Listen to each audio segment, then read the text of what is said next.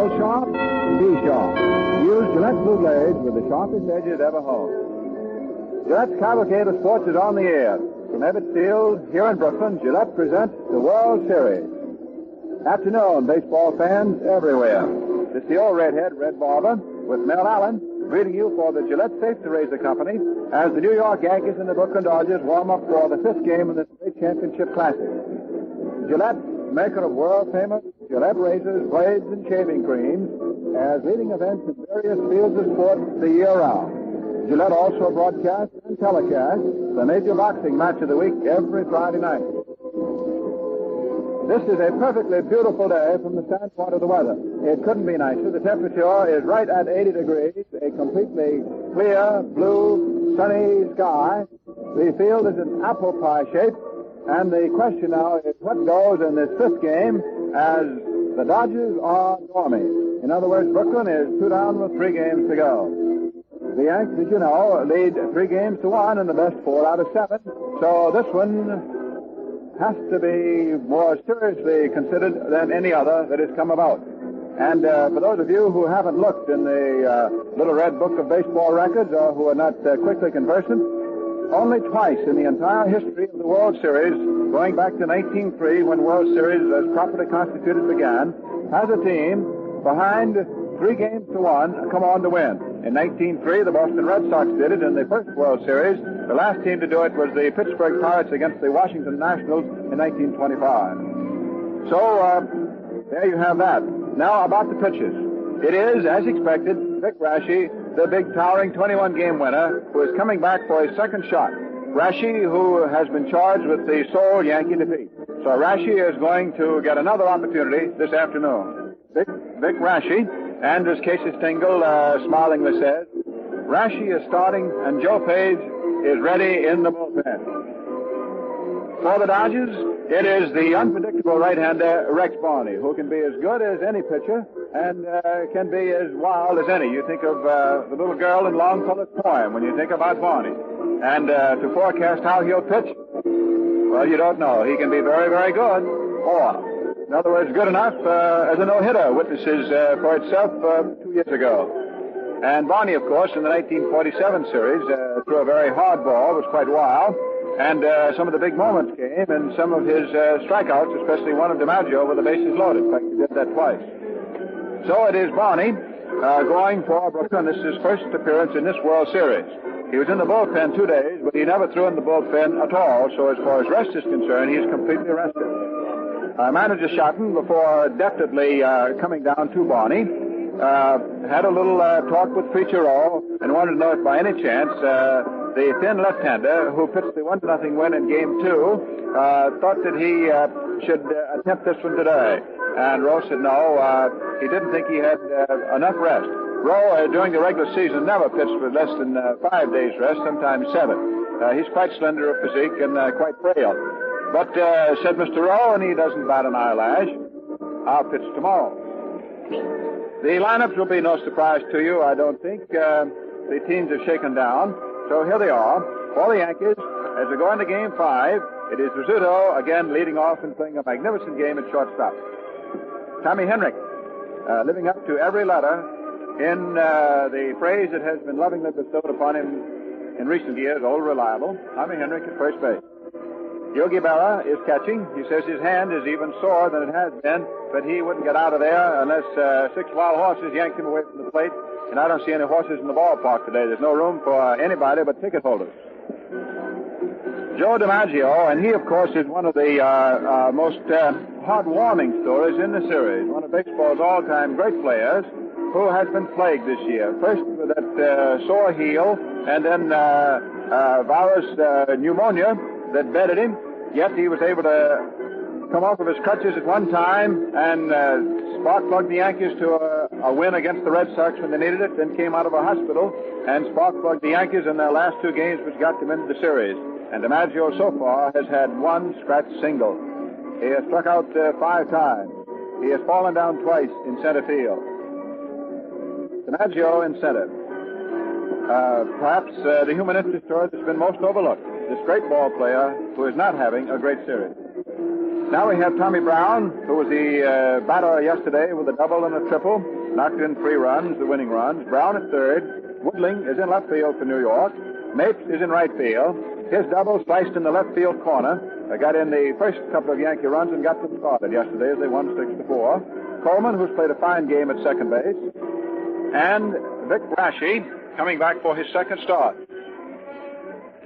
Now for the Dodgers, the batting order again goes with captain and shortstop Pee Wee Reese leading off. With a right-hander going for New York, manager shot goes to his left-hand hitters, which means third baseman Johnny Jorgensen is hitting number 2. Jorgensen at third, batting second.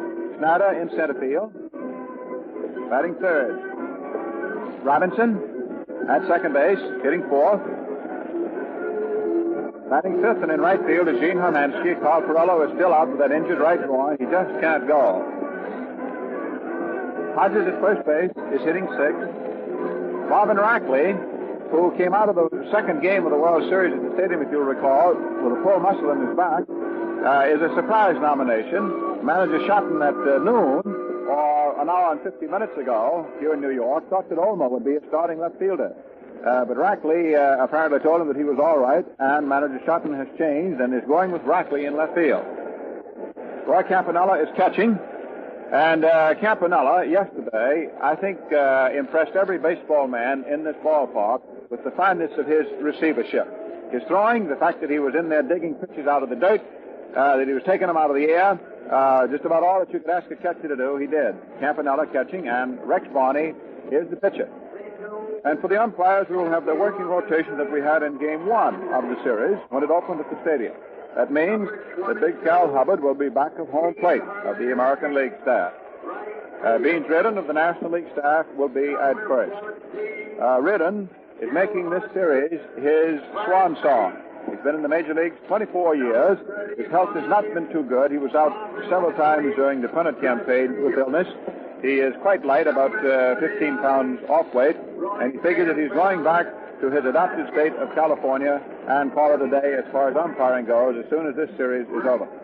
He's had a great career, and everyone in baseball is deeply indebted to a man who has given so much of himself with such honor and such judicial demean. Art Passarella, hustling young umpire of the American League, will be at second. Lou Jordan, a veteran, will be at third base from the National League staff. In the left field corner will be George Barr in the right of the National League, and in the right field corner will be Ed Hurley of the American League. But I repeat again that the weather is ideal. You could not have a finer day for a baseball game. It is just hot enough, and yet it is not too hot. And we'll have to keep a close eye on the official timepiece, our Longines watch, to be sure that this ball game does not get underway before the New York State Sunday law, which says that no athletic event, baseball or otherwise, can begin before 2 o'clock. In fact, with the 1916 Brooklyn Dodger team here as guests of President Branch Rickey of the Brooklyn Ball Club, there's been a great deal of talk in which these players used to remark that back in 1916 there were no Sunday games that they played while the team was at home. The late mayor of New York, when he was in the House of Representatives at Albany, New York, Jimmy Walker, was the father of the Sunday sports law. He got the law through, and the law stipulated that no sporting event could begin on Sunday afternoons in the state of New York before 2 o'clock. Therefore, all Sunday games are advertised at 2:05. And now, as the umpires walk up to home plate, manager Stengel comes out with the Yankee batting order, Captain Reese comes up with the Brooklyn batting order. Here's an important message to every one of you veterans listening in to the World Series broadcast today. To you veterans, if you have held National Service Life Insurance for 3 months or more on a policy taken out before the end of 1947, that's on a policy taken out before the end of 1947, you are eligible for a special dividend. The amounts will vary, but many veterans will receive as much as $300. Obtain your application from any post office. Fill it out and mail it promptly to the Veterans Administration. Now, don't fill out more than one application, and don't write to the Veterans Administration about your application. Checks will start going out after the first of next year. Now in that final lull before the storm, while things are still quiet, which they rarely are at Ebbets Field, we'll pause 10 seconds for station identification. This is the Mutual Broadcasting System. Hear the World Series exclusively over WOR. See it on WOR TV, Channel 9, WOR and WOR FM, New York.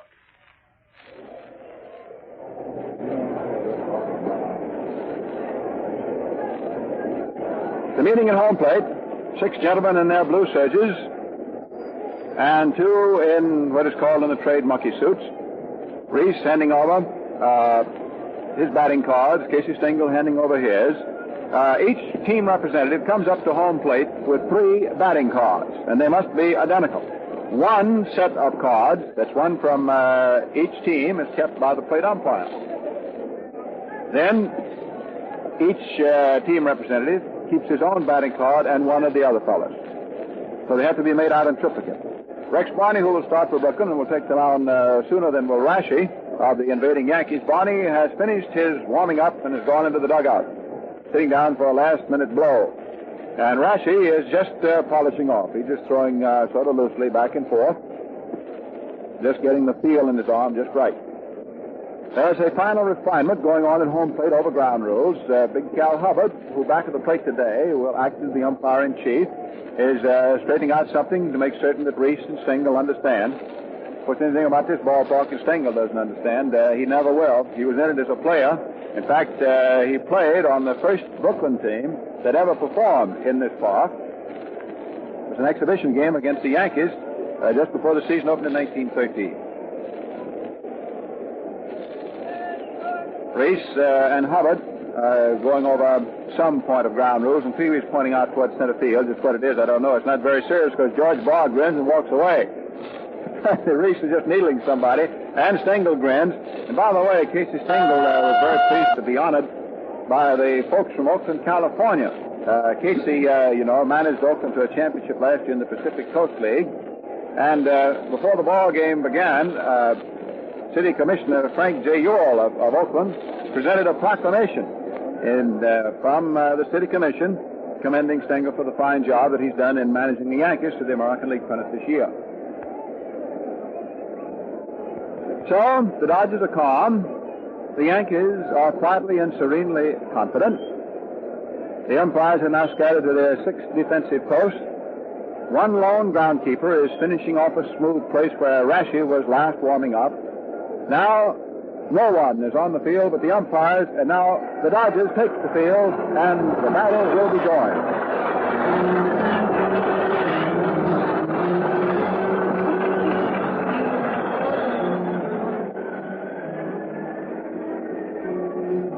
So Brooklyn goes to the field. Manager Shatton told his ball club, reminded them that they did everything the hard way all season long, that in important series after important series, especially with the Cardinals, the Dodgers would inevitably lose the opening game of the series, then have to come back to take the next 2 to keep going. And Casey Stengel, of course, didn't have to say anything. He just starts Rashi, and the ball game plays. Now, in a moment, we'll have the national anthem. It's a minute after 2 o'clock. The announcement is made that Miss Gladys Gooding will play and sing the Star Spangled Banner.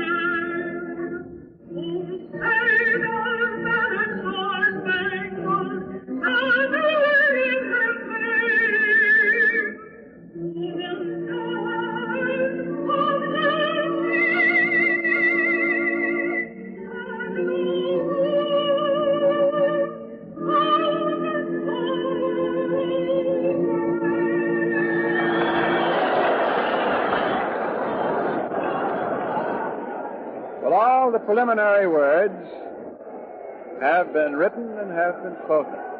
It is now a time for the actual playing performances on the playing field and the play-by-play words of Mel Allen as we send you Game 5.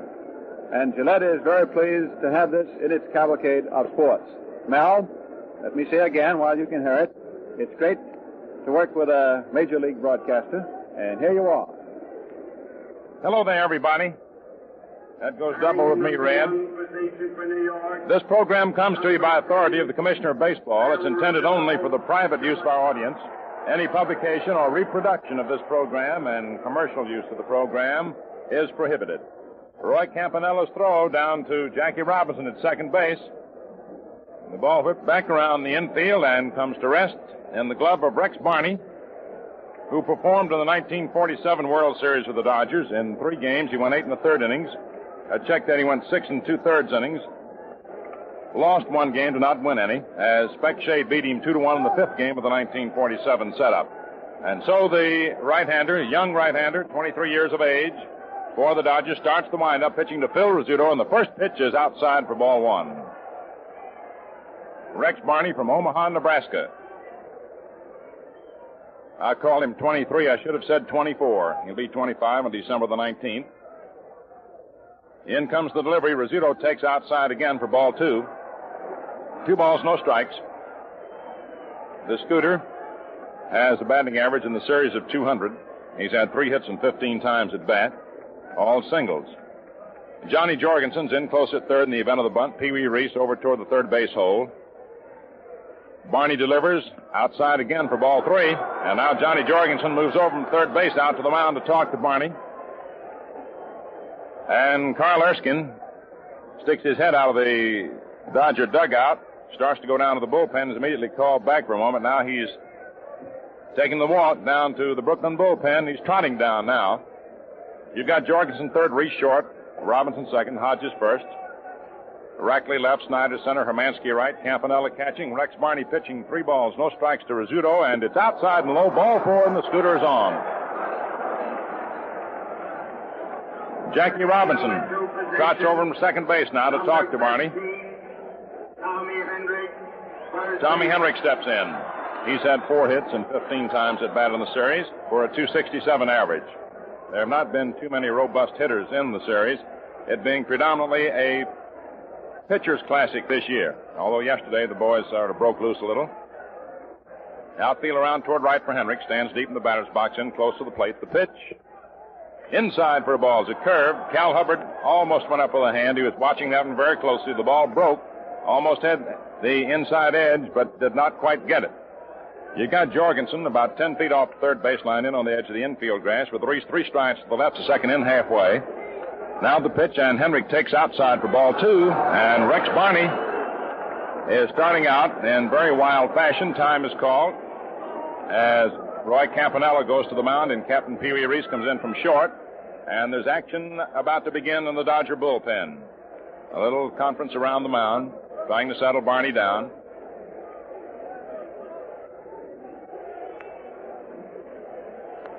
Reese goes back to short. Campanella comes back to the plate. Milton Stock pokes his head out of the Dodger dugout to see that action is going on in the bullpen. Rex Barney all set to pitch 2-0 to Tommy Henrich. Here it is, and it's in there for a call strike. A throw down to first. Rizzuto back. That's the first strike that Barney's gotten in 7 pitches. Jack Banta, a right-hander, throwing the bullpen. 2-1 the count on Henrich. Jorgensen is backed up from the edge of the infield grass, not looking for the bunt. Barney ready, throws. Henrich takes low, ball 3, 3-1. The outfield around toward right. Jackie Robinson's halfway between first and second, and about 3 steps in from the edge of the outfield grass, with Gil Hodges holding against Rizzuto. Henrich has a look at Frank Rossetti, coaching at third for any sign. Bill Dickey coaching at first. Rizzuto might be off and running with this pitch in the event Casey tries to decides to put on the hit and run. There goes Phil. The pitch is low inside, ball 4. Henrich walks. Rizzuto holds up, eases into second. And now coming up is Yogi Berra. Berra has had 1 out of 11 in the series in the 3 games in which he's participated. And thus you have almost a reproduction of the first inning of yesterday with the first two Yankees getting on base. Only on yesterday, they were on first and third. Rizzuto moving to third on Henrik's single. And then came the play on which Berra hit into the unusual double play, the retired Rizzuto, who was on third, and Henrik, who had rounded second.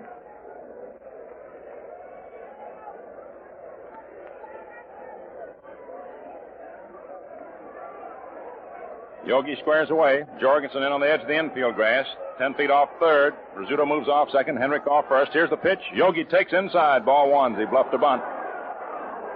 Jack Banta, angular right-hander, throwing in the bullpen for Brooklyn. Outfield for Berra, round toward right. Gil Hodges has moved into the edge of the infield grass, looking for the bunt, though he hasn't charged. Neither has Jorgensen, who will try to anchor at third if he can to let Barney handle the bunt if Yogi is bunting. Runners lead away. Here's the pitch. Yogi shortens up, takes a strike. And Campanella started to throw down to second as Reese broke for the bag, but he didn't throw. He cocked his arm, but he didn't let the ball loose. 1 ball, 1 strike. So the situation is boiling here in the first inning. This is a key man as Rex Barney, trying to settle down, has worked the count to 1-1. Rizzuto has a short lead off second. Henrik off first. Now Hodges is in behind Henrik. He's not looking for the bunt. Here's the pitch. Berra swings at a curve and misses. Strike 2. He went for a bad pitch that was low inside. 1-2 the count on Yogi.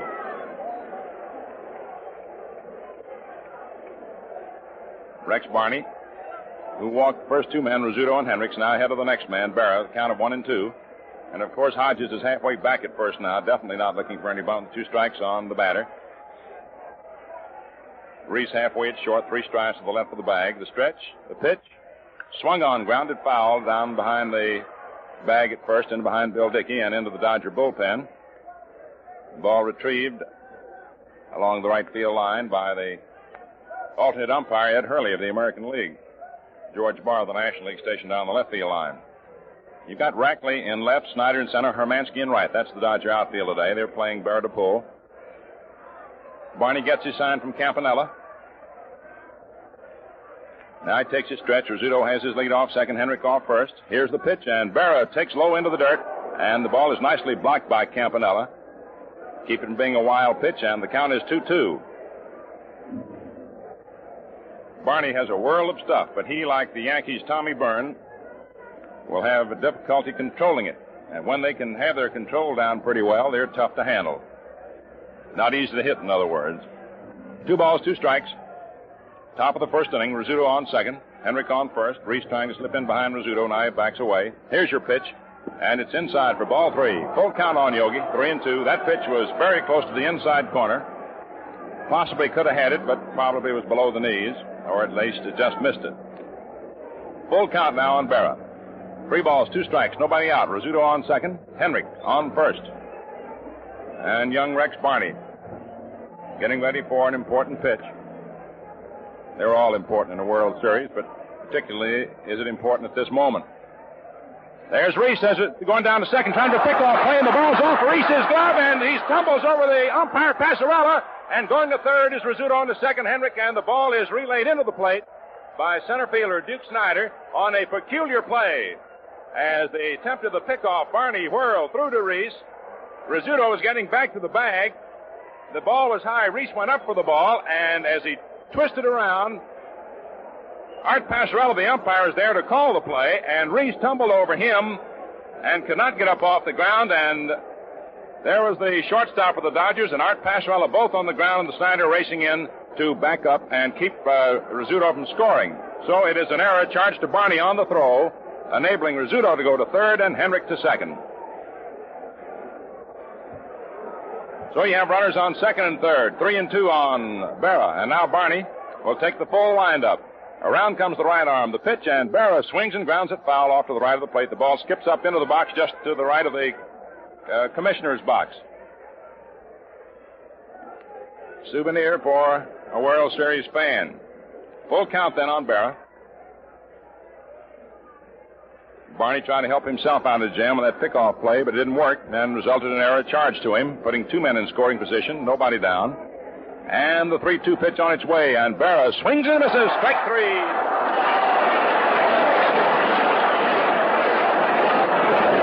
How Barney strikes out Berra. And now here comes Joe DiMaggio. Joe has had 1 out of 14 in the series. As Red told you, the story of Joe DiMaggio is one that hasn't been told too much in this series. He hasn't had a very good series for a great star. But then one of the reasons perhaps that not too much has been said about Joe's failure to hit is the fact that he got out of his sick bed to finish the last 2 games of the year and is still not well. And here he is, Rex Barney facing the Clipper. And the pitch. High, ball 1. And the infield on the right side is in. The left side deep as the Dodgers play it in a split-up defensive situation. That is to say, Jorgensen is halfway back at third, 3-4 feet off the line. Reese deep at short over toward the gap, but there is Jackie Robinson on the edge of the infield grass, and Hodges just a step or 2 away from the edge of the infield grass. DiMaggio swings and sends a long drive to deep center field. There's Snyder racing way back toward the wall. He leaps up and grabs it. Tagging up and scoring after the catch is Rizzuto, and racing to third after the catch is Henrik. As Duke Snyder leaped up against the deep center field wall to 393-foot sign to haul in the drive.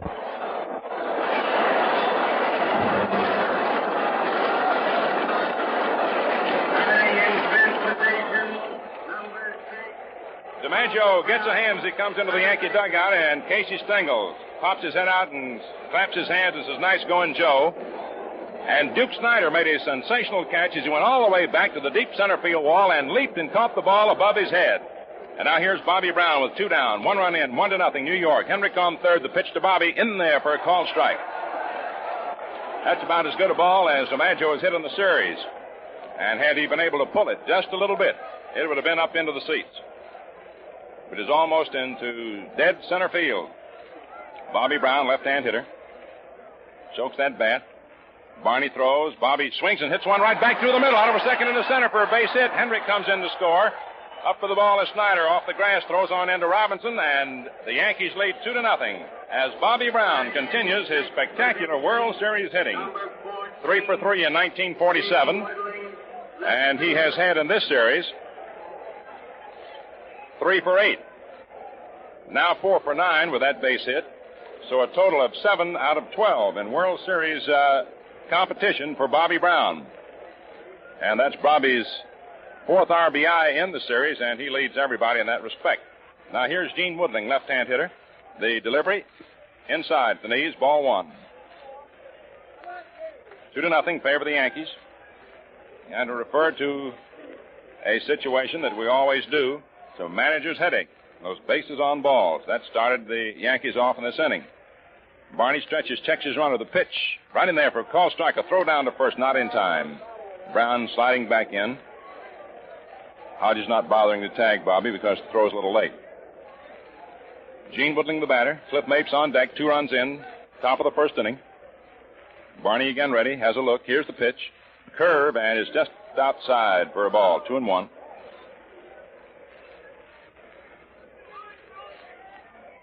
Banda still continuing to limber up in the bullpen, not throwing too hard now. He's almost ready in the event he's needed. Barney seems to be settling down a bit. There's a quick throw to first. Back in time is Bobby Brown. Quick move over. When I said Barney seems to be settling down a bit, I mean insofar as his wildness is concerned. The right-hander throws. The pitch is swung on, foul tip, skips off the mid of Campanella into the chest protector in behind it of Cal Hubbard. You know, in the American League, the umpires wear the chest protector outside their jacket. In the National League, inside. Cal Hubbard working his second turn behind the plate in this series. He opened it up at the stadium. 2 balls, 2 strikes, 2 outs, 2 in. 2-0 New York, top of the first inning. Outfield around toward right for Woodling. Stands in close to the plate. Barney throws. The pitch is inside. Ball 3, 3-2. Roy Campanella, who has caught a beautiful series, taking his time for returning that ball to Barney. The Yankees have all remarked about what a swell backstop Campanella is. How swell he can throw and how he keeps all the base runners on their toes. And sometimes on their stomachs. The pitch is inside as Brown was running on the 3-2 pitch with 2 outs. It's ball 4. Woodling walks. Third pass given up in this inning by Barney. And now coming to bat is Cliff Mapes. Mapes, who's had 1 out of 7 in the series. left-hand hitter.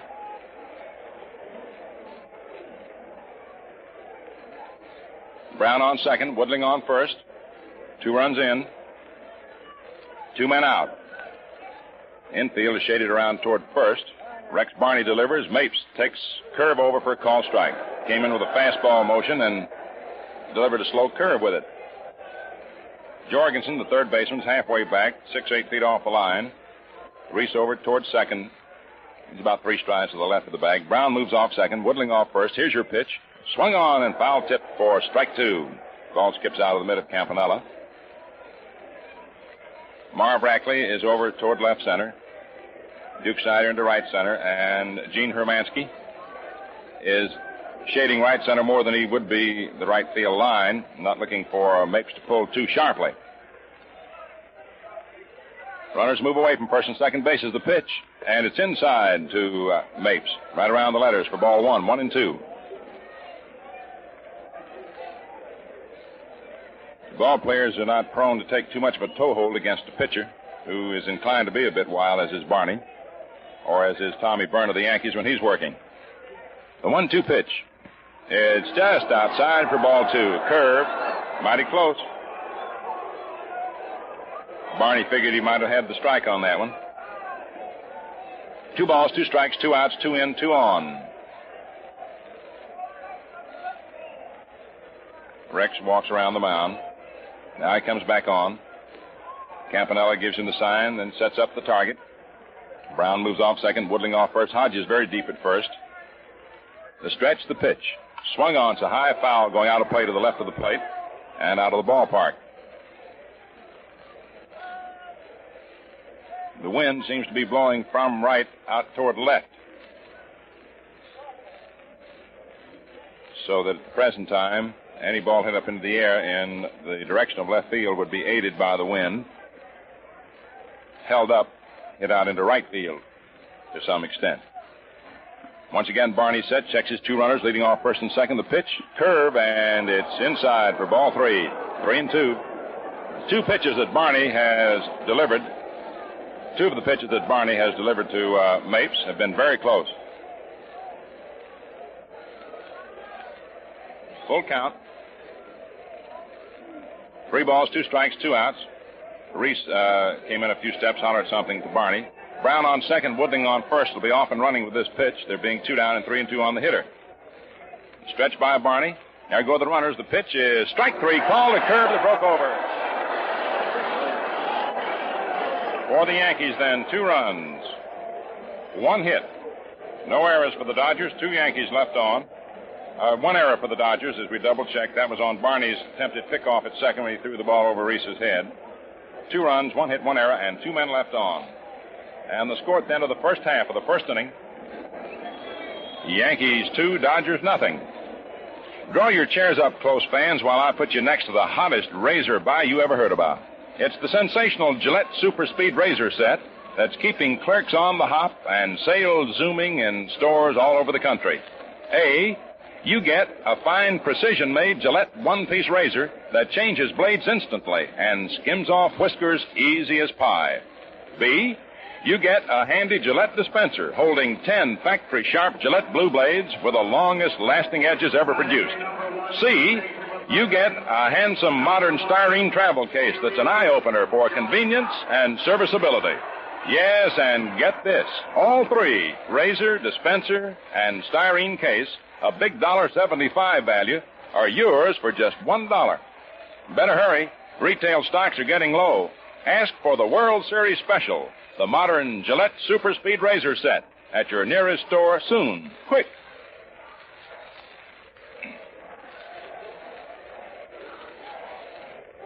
Last half of the first inning. Vic Grashy goes to the mound for the Yankees, making his second start of the series and working with 2 days' rest. Defeated in the second game of the World Series 1-0 by the Dodgers and Preacher Row. As Grashy gave up 7 hits and 1 run and lost the ball game 1-0. The right-hander pitching to Pee Wee Reese, right-hand batter. Throws, and it's right in there for a called strike.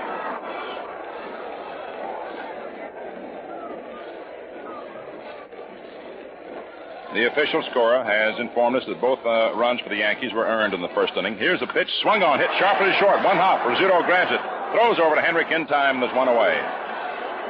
Reese swung at a curveball, hit it solidly, but right at Rizzuto on one hop, and Phil retired him. Johnny Jorgensen steps in now. Reese had 4 hits and 14 times at bat in the series for a .286 average. Johnny Jorgensen, in 3 games, has had 2 out of 8. Left-hand hitter, Rashi delivers. Fastball in there for a call strike. Bobby Brown's in close at third. Rizzuto's over towards second base, about 2 strides to the left of the bag as we look out onto the field. Jerry Coleman halfway between first and second, back on the edge of the outfield grass, and Henrik near the line. Vic Rashi getting his sign now. Taking a little time. Now he goes to work, into the windup. Round comes the right arm. The pitch is swung on, a grounder, hit the third. Bobby Brown is left up with it. Fires across to Henrik in time, and they're 2 away. 2 up and 2 down. And now here's Duke Snider. The Duke, one of the hitting disappointments in the series for the Dodgers. He's had for 1 hit and 16 times at bat. But still a fellow that Bert Shotton's got all the confidence in the world in, and rightfully so, because when he connects, he can send them. Vic Rashi's first pitch to the Duke, left-hand hitter. In there for a call strike, slow curve, broke over just below the shoulders. Snyder is the kind of a guy who can break up a ball game for you at any given moment. Robinson is on deck. Here's your pitch. Outside, ball 1, 1-1. They play the Duke around toward right. Brown's in fairly close at third, giving the bag about a 10-foot berth. Rizzuto about a stride to the left of second. The 1-1 pitch on its way. The left-hand batter cuts and misses at a curve that broke off into the dirt and skipped in behind Berra. 1-2 the count. Duke a little over anxious.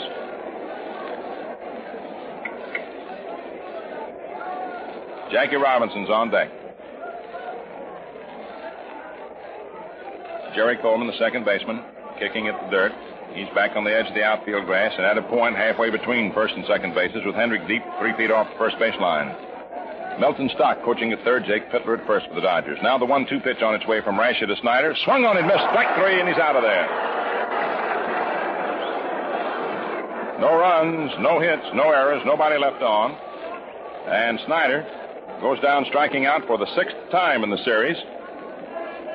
DiMaggio had struck out 5 times, as had Snyder before the start of today's game. So the 2 center fielders were both running parallel courses. And now the Dodgers Symphony Band are serenading one of the owners of the Dodgers, Walter O'Malley, evidently his birthday, as they are playing Happy Birthday. And as they conclude, we pause 10 seconds for station identification. This is the Mutual Broadcasting System. Hear the World Series exclusively over WOR. See it on WOR TV, Channel 9. WOR and WOR FM, New York. Going into the top of the second inning, Jerry Coleman, Vic Rashi, and then Phil Rizzuto will be coming up for the Yankees. It's 2-0 New York, the end of the first inning of play. Spider Jorgensen comes in to say something to Rex Barney. Crowd sitting back rather quiet at the moment. A lot of folks out here today who were unable to get here during the weekdays. A lot of working people can't get out to the ball games except on Sunday. Notice Lou Boudreau, skipper of the Indians, who won last year out here. There's a pitch right in there for a call strike as Barney cut loose with a fastball right over. Jerry Coleman, right-hand hitter. He's had 3 out of 15 in the series and has been playing a fine defensive game. Chokes that bat 3 inches or so in fairly close to the plate. Open stance, knees bent, leans from the waist a bit. Barney throws, fastball swung on, hit high up into the air in the short left. Reese goes out, waves Rackley off, Pee Wee under it, and he makes the catch about 15 feet off the left field line, about 25 feet behind third base. So Coleman pops out to Reese in short left. And now coming up is Vic Rashi.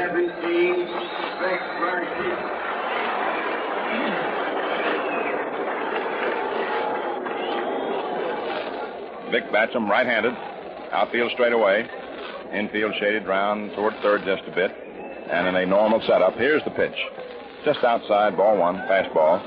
Yanks 2, Dodgers nothing. Second inning. Bill Rizzuto's in the batter's circle. Rex Barney, the right-hander, throws. Fastball, and it's outside for ball 2 to Rashi.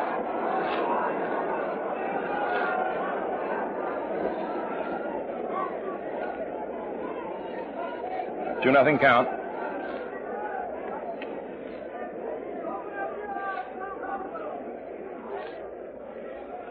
Barney aims this one over. It's in there for a call strike. Fastball. 2 balls, 1 strike.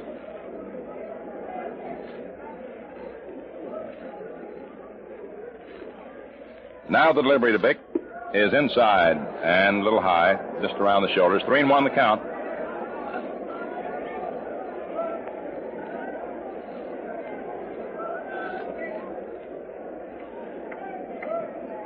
Barney gets his sign from Campanella, getting ready to work. Rashi stands way away from the plate. The 3-1 pitch. Right over for call strike 2. Barney has got a good fastball, really alive. I recall 2 years ago in the World Series when Billy Southworth came up here talking to Red and to me, and he said, there's a fellow I'd like to have on my ball club. He's got a lot of stuff. Here's your pitch. Strike. No, did he? No, it's ball 4.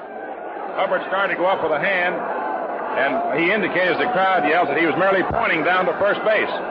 The only way that we have of determining whether an umpire calls a strike or not is when he goes up with the right hand. And Hubbard did go up with the right hand, but he indicated again after that, that's the reason we called it the third strike, as the crowd yelled, he said, with his gesture, he raised his hand up and pointed to first base. He merely meant for him to go on down.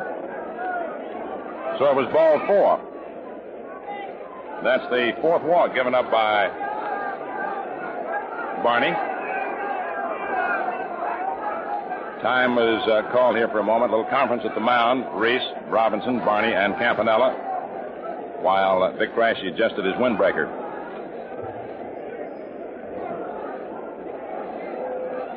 Now Rizzuto, who walked in the first inning and scored the first Yankee run, awaits the pitch. He's a right-hand hitter. It's on its way, and it's outside. Ball 1.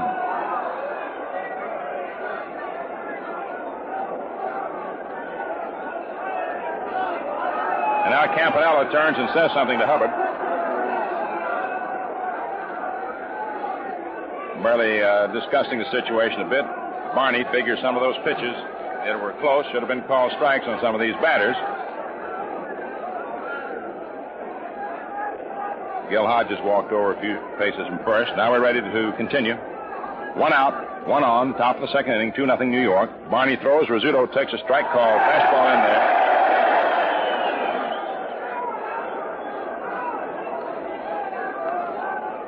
1 ball, 1 strike, 1 out. Phil down on the end of the bat a bit. Here's your pitch. It's bunted down toward first. Hodges comes in, picks the ball up, and tags Phil out on the line as Rashi goes to second. Now, Phil will be credited with a sacrifice, though that was not actually his intention. He was bunting to get on with 1 out. He was hoping to bunt it to the right of the mound to make Robinson come in and field it, and Hodges get off the bag so that he could beat it out, but he bunted it right toward Gill. And the Dodger first baseman picked it up and retired Rizzuto unassisted. However, since it moved Rashi down to second, it must be scored as a sacrifice, so that was not the intent. Now here's Tommy Henry. At least that was not the sole intent. Frank Crosetti coaching there at third, hollering down to Rashi. He's watching Reese and Robinson for Vic as Vic watches Barney. Barney has a stretch. Here's the pitch, and Henry swings and sends a ground ball to backhanded nicely by Hodges. Flips to Barney, covering for the out, and a beautiful play.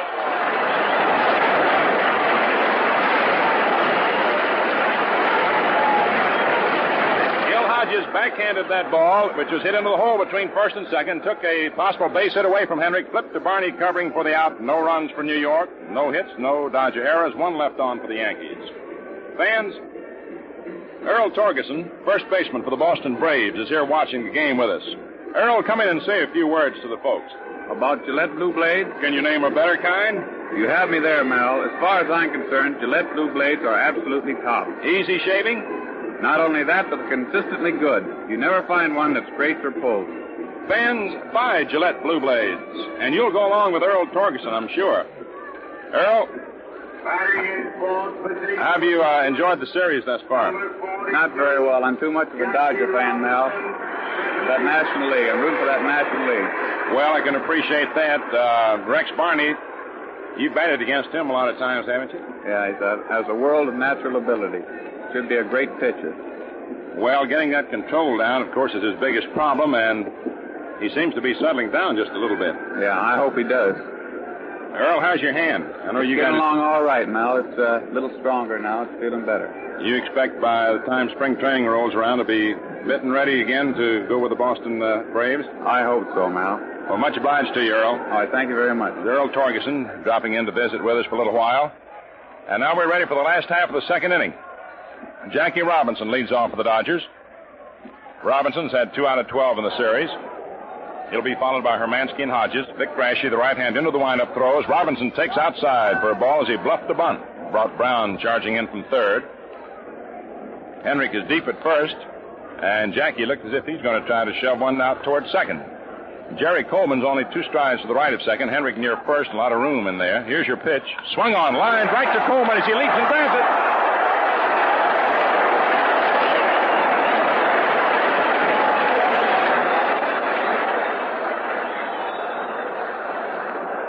Jackie Robinson's blazing liner was hit just above Coleman's head, but it sank.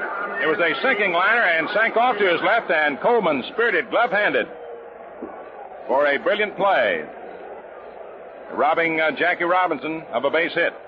Now here's Gene Hermansky, left-hand hitter. Rashy throws. Gene takes a strike over the outside corner. It's a fastball. Bobby Brown's in close at third near the line. Rizzuto over toward second base. Coleman halfway between first and second and deep. Henrik deep near the line. The outfield shaded around toward right. 2-0 New York, last half of the second inning. Vic Grashy goes to work. In comes the pitch. Gene Hermansky takes high for a ball, and the count is evened up now at 1-1. Jake Fittler, as usual, walking up and down, coaching there at first.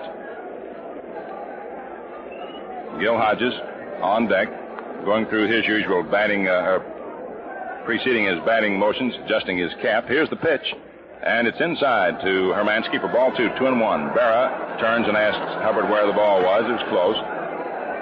2 balls, 1 strike. Jerry Coleman just went over and took Jackie Robinson's glove, which was nearby, and tossed it a little further back out on the grass in right field so it wouldn't be in his way. Now your 2-1 pitch. Swung on, popped foul off to the left of the plate and out of play. Ball going into the upper deck. And you got a 2-2 count on Gene.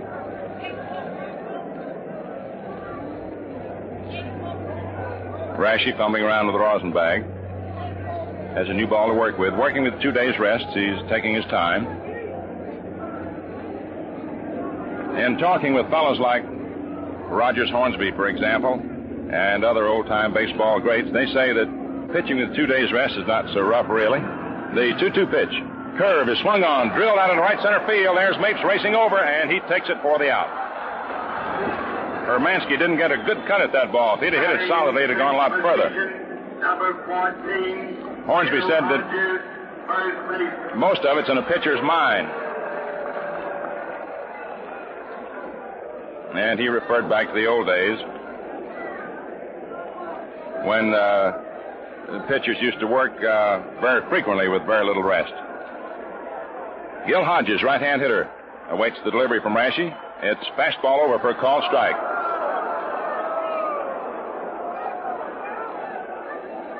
Two to nothing, favor of New York. Last the second inning, 2 down, nobody on. Hodges the batter, Marv Brackley on deck. Outfield toward left. Rashy throws, fastball misses the outside corner this time. The count is evened up at 1-1.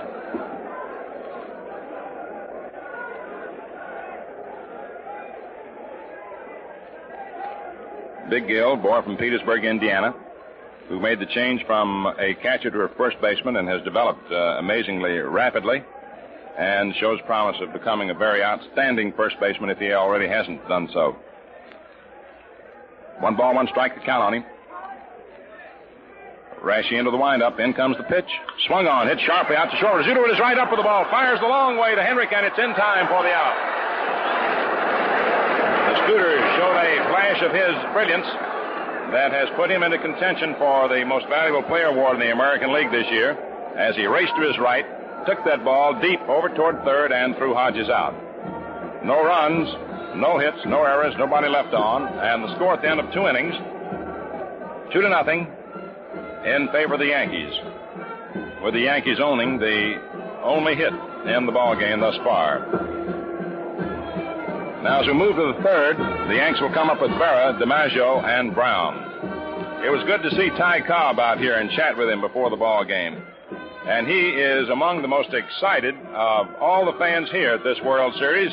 And in a measure, you wouldn't think that. There was a fellow who went through World Series and a lot of the roughest and toughest ball games imaginable, a great competitor, and played baseball for so many years, over 20, that you would figure that he'd take all this in stride. But he's one of the most excited fans out here.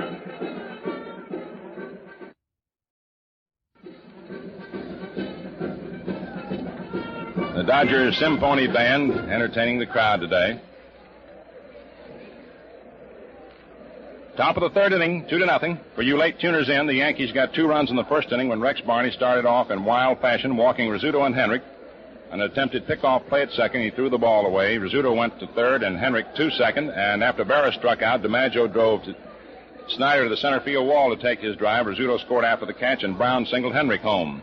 Now here's Berra. Barney throws. Pitch it swung on, hit back to the box on a hop. Rex takes it, throws over to Hodges, and Berra is out.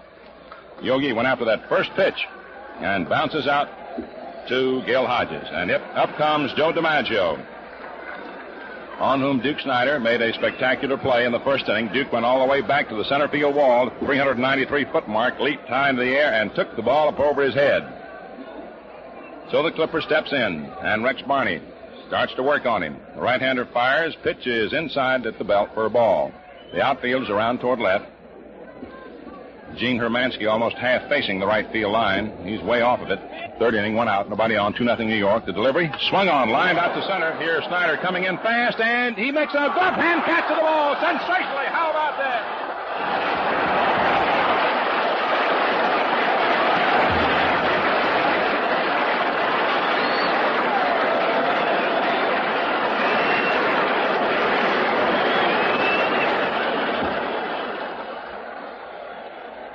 Duke Snyder, for the second consecutive time, robs DiMaggio of a base hit as he came racing in from deep center. And at top speed, reached down and about a foot or so off the ground, plucked DiMaggio's sinking, blazing liner to rob him of a base hit for the second straight time Joe's been at bat. Brilliant play by the Duke. Now here's Bobby Brown, who takes a fastball low, little inside, ball 1. The crowd roared its approval of the sparkling defensive maneuver of Duke Snyder. Duke probably figures, well, I'm center field and I haven't been hitting. I'm going to let DiMaggio have any either. Here's a pitch, and it's way outside for ball 2. 2 balls, no strikes.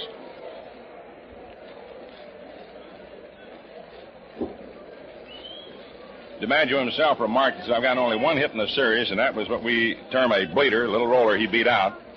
And he says, you hit a lot of them real hard and real deep, and they're caught. Here's your pitch. Inside to Bobby, almost hit him, ball 3. So he concluded, said, this is a funny game after all, isn't it? You can hit him a mile and they'll catch him. And then you can hit one 5 feet and beat him out. Brown singled to center in the first inning to drive in the second Yankee run. It's 2-0 New York, third inning, 2 outs. Rex Barney comes in with his pitch, and it's inside for ball 4, and Brown walks. That's the 5th base on balls given up by Barney. And coming to bat is Gene Woodling. Woodling drew a base on balls in the first inning. Barney walked 10 men in the 47 World Series. In the 6 2/3 innings he pitched. But he had an earned run average of under 3. The right-hander throws right over for a called strike to Woodling. Fastball, got plenty of the inside portion of the plate, belt high. He shaded Woodling around toward right. Infield shaded around toward first. Hodges holding against Brown, 2 down.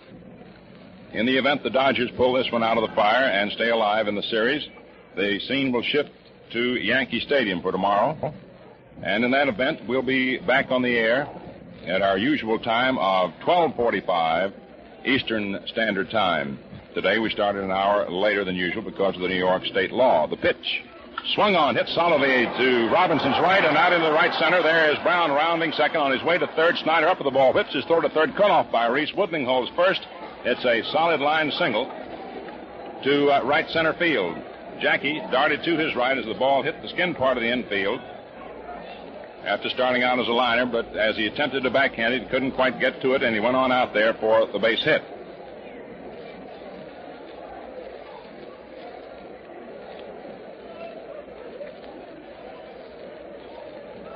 So the Yankees have runners on first and third, and that's their second hit off Barney. And the batter is Cliff Mapes, who took a third strike in the first inning. The left-hand batter swings and foul tips it at the plate, strike one. Barney delivered a curveball up there.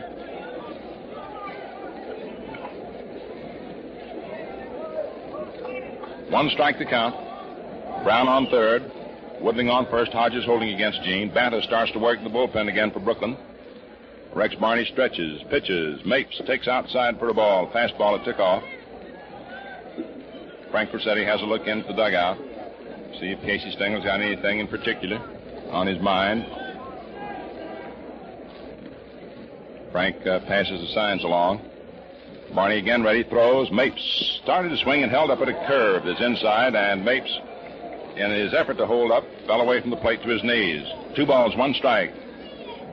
Brown on third and Woodling on first. The Yankees leading 2-0, third inning. 2 men down. The Dodgers' young right-hander looks in, gets his sign from Campanella. Again, he's ready, takes his stretch. Runners move off first and third. The pitch is swung on and missed for strike 2. It was a breaking ball. And now Casey Stengel pops out of the Yankee dugout, hollers something at Cliff. One of Casey's favorite expressions, as all managers do have. Just get a piece of the ball. Don't try to murder it. 2 balls, 2 strikes, 2 outs, 2 on, 2-0 New York. Once again, the runners move away from first and third. The pitch. Mapes swings and fouls it off to the left of the plate. The ball goes back to the screen.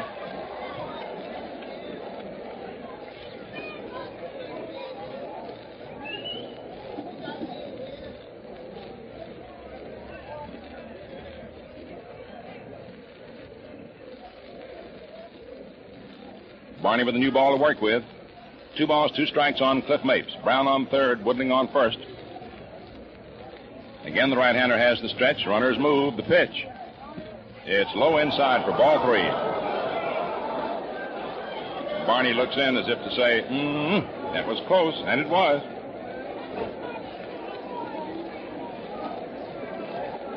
So we've got a full count on Mapes, and with 2 down, Brown on third will be playing it safe. Woodling on first will be off and running.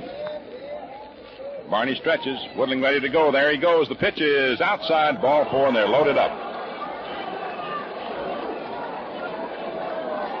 The 6th base on ball is given up by Barney. Brown is on third. Woodling is on second. Mapes is on first. Milton Stark pokes his head out of the Dodger dugout and orders from Bert Schotten to see how Banta's looking out there, warming up in the Dodger bullpen down the right field line. And the batter's Jerry Coleman. Jerry popped out in the second inning to Pee Wee Reese. Right-hand hitter. Casey Stengel again pops his head out of the Yankee dugout, located to the left of home plate, and hollers his usual expression, get a piece of it, Jerry. He's a choke hitter. Chokes up on that bat about 3 inches or better, in close to the plate. Brown leads off third, Woodling off second, Mapes off first. The windup by Barney. In comes the pitch. Coleman takes outside, ball 1. 1 ball, no strikes. The outfield is about straight away, and there's Hermansky moving a couple of steps more over toward the right field line. Coleman can hit that ball just where it's pitched. He'll pull it, he'll hit it straight away, he'll hit it to right. Rex Barney into the windup. In comes the pitch. Swung on, hit on the hole between third and short to left field. Brown scores. Woodling rounds third, digs for the plate. The ball bobbled momentarily by Rackley. His throw is back to second base. Mapes gets back there in time. It's a 2-run single for Jerry Coleman. And the Yankees lead 4-0, and out of the dugout comes Dodger pitching coach Clyde Sukforth. Jerry Coleman coming up with a clutch single to left, drive in 2 runs, scoring Brown and Woodling. And all this action has happened after there were 2 men out and nobody on. Again, the base on ball started it. With 2 down, Brown walked, Woodling singled, Mapes walked, and Coleman singled to left. That's going to be all for Rex Barney, and Jack Banta will come onto the scene. So Jerry Coleman gets his 4th hit of the series, driving in his 2nd and 3rd runs. There was Jerry Coleman's base-clearing double in the 8th inning of the final game of the season a week ago today against the Boston Red Sox. It gave the Yankees their margin that carried them through the 9th inning against Boston. So Barney leaves after having gone 2 2/3 innings, and the fans give him a hand.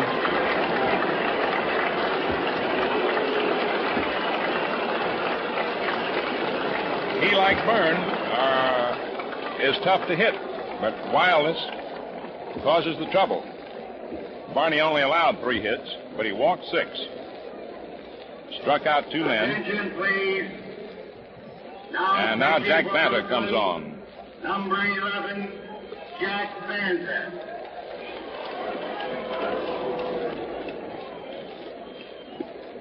Erskine is going to work in the bullpen for Brooklyn.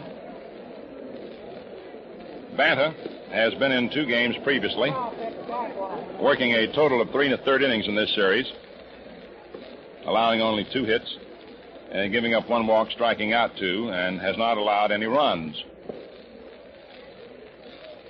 So the right-hander starts his warm-up. It's 4-0 now, favor of New York, has just concluded his warm-up pitches from the mound, and the first man he'll face will be Vic Raschi. Jack Banta, 6'2", 265-pounder from Hutchinson, Kansas, goes to work with Mapes on second, Coleman on first.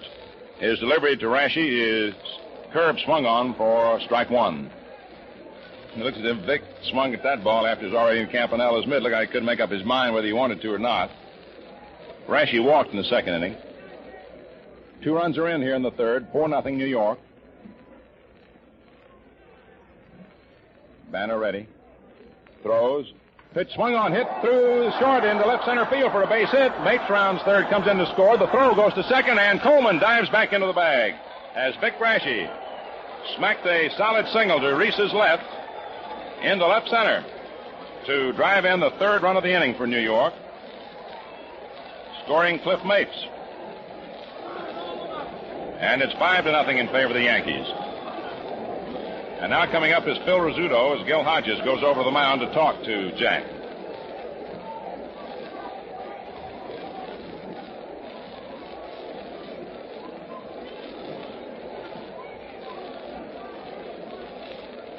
Banta allowed a single in the 9th inning of the first game here in Brooklyn. The first man he faced when he came on in relief. Rizzuto swings and fouls a pitch off to the right of the plate. That also scored a run. He allowed a single to Coleman, the first man that he faced, and then was all right thereafter. That run, of course, is charged to Rex Barney, and it was put on by him.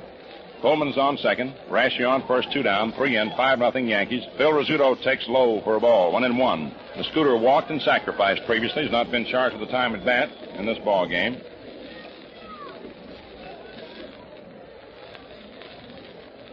Yankee pitchers have done pretty well helping themselves in the hitting department this series. There's a pitch inside. Rizzuto drops to the ground. Ball 2. 2-1 the count. All the damage done here in the 3rd inning after 2 men were out, nobody on. Brown walked, Woodling singled, Mapes walked to load him up. Coleman singled to drive in 2 out. Went Barney, in came Banta. Raschi greeted him with a single to score Mapes. Coleman's on second, Raschi on first. 2 balls, 1 strike on Rizzuto. The right-hander for the Dodgers stretches, pitches. Rizzuto takes a curve outside for ball 3. 3-1. Carl Erskine continues to limber up in the Dodger bullpen.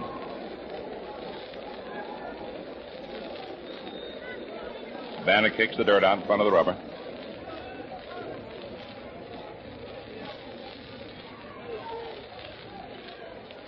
Gets his sign from Roy. Runners lead. Now the pitch, and it's in there for call strike 2. Fastball, got plenty of the inside of the plate and around the letters. So with a full count on Rizzuto, 3 balls, 2 strikes, and with 2 outs, Coleman, who is on second, Raschi, who is on first, will be off and running with the pitch. Coleman and Raschi ready to go. There they go. The pitch swung on as a drive to left center field. Duke Snyder moves over to get under it, and he makes the catch. So 8 men batted for New York. 3 of them scored. 3 hits. No Dodger errors and 2 Yankees left on. The score at the end of 2.5 innings, the Yankees 5, the Dodgers nothing. Friends, you heard Earl Torgerson of the Boston Braves say Gillette Blue Blades are tops with him because they're always easy shaving, always consistently good. Now, folks, there are many reasons for that, including 71 separate inspections that assure absolutely uniform quality. Basically, however, Gillette Blue Blades are superior because they're infinitely sharper, smoother finished, and longer lasting. In short, they're made of steel that takes an edge and holds it. So they never break down prematurely like ordinary blades that scrape and pull. For extra convenience, at no extra cost, buy Gillette Blue Blades in the Gillette dispenser that zips them out unwrapped. It makes blade changing a cinch. Saves time and bother. You get 20 blades, 40 shaving edges for 98 cents, 10 blades for 49 cents. Look sharp, feel sharp, be sharp. Use Gillette Blue Blades with the sharpest edges ever honed. Vic Raschi, taking his time coming out of the Yankee dugout to the mound, he was on the bases. Gives us time to identify ourselves, and so we pause 10 seconds for station identification. This is the Mutual Broadcasting System. World Series exclusively over WOR. See it on WOR TV, Channel 9, WOR and WOR FM, New York.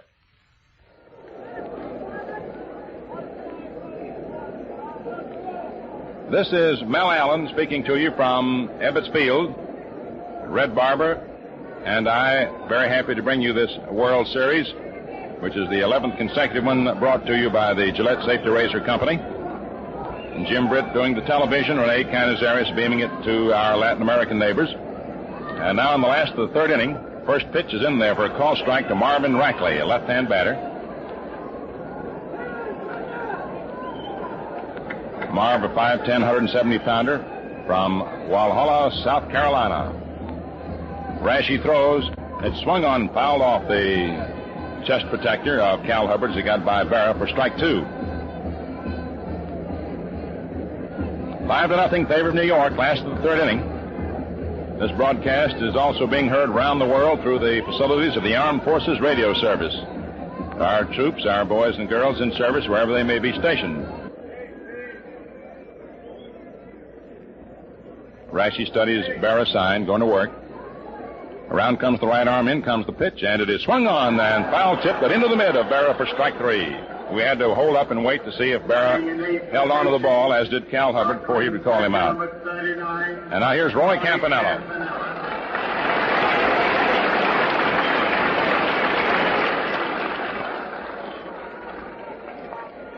Raschi's second strikeout in this ball game. His 6th in the series. Roy Campanella, right-hand batter. Raschi delivers fastball just outside, ball 1. Campanella's had 3 for 12, including a home run in the series for Brooklyn. Outfield around toward left, infield shaded well around toward third. Brown deep, 5 feet off the line. Rizzuto over toward the gap. The pitch, right over for a call strike. Evens up the count now at 1-1. 1 ball, 1 strike. 1 out, last of the 3rd. New York 5, Brooklyn nothing. Yankees leading games 3-1. Here's your 1-1 service. Campanella takes fastball outside for ball 2, 2-1. In the game that Raschi pitched against the Dodgers at the stadium, second game of the series, he used quite a number of curveballs. He has been featuring primarily fast stuff so far today. Now the 2-1 pitch. Swung on, hit sharply down the third baseline by Brown into the left field corner. Woodling goes over into the corner, chases the ball up with it. Fires to second base. There's Campanella going in. The throw is toward third, and Campanella's on second with a double.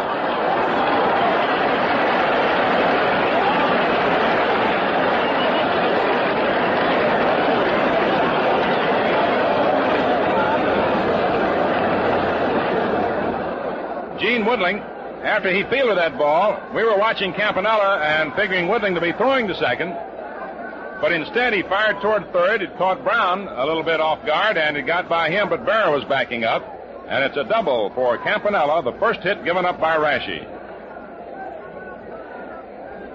Jack Banta is going to come up to hit for himself.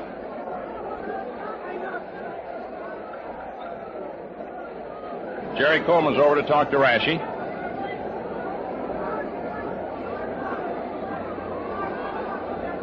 That was the fifth Dodger double of this series. Rashi throws to Banta, left-hand hitter. It's in there for a called strike.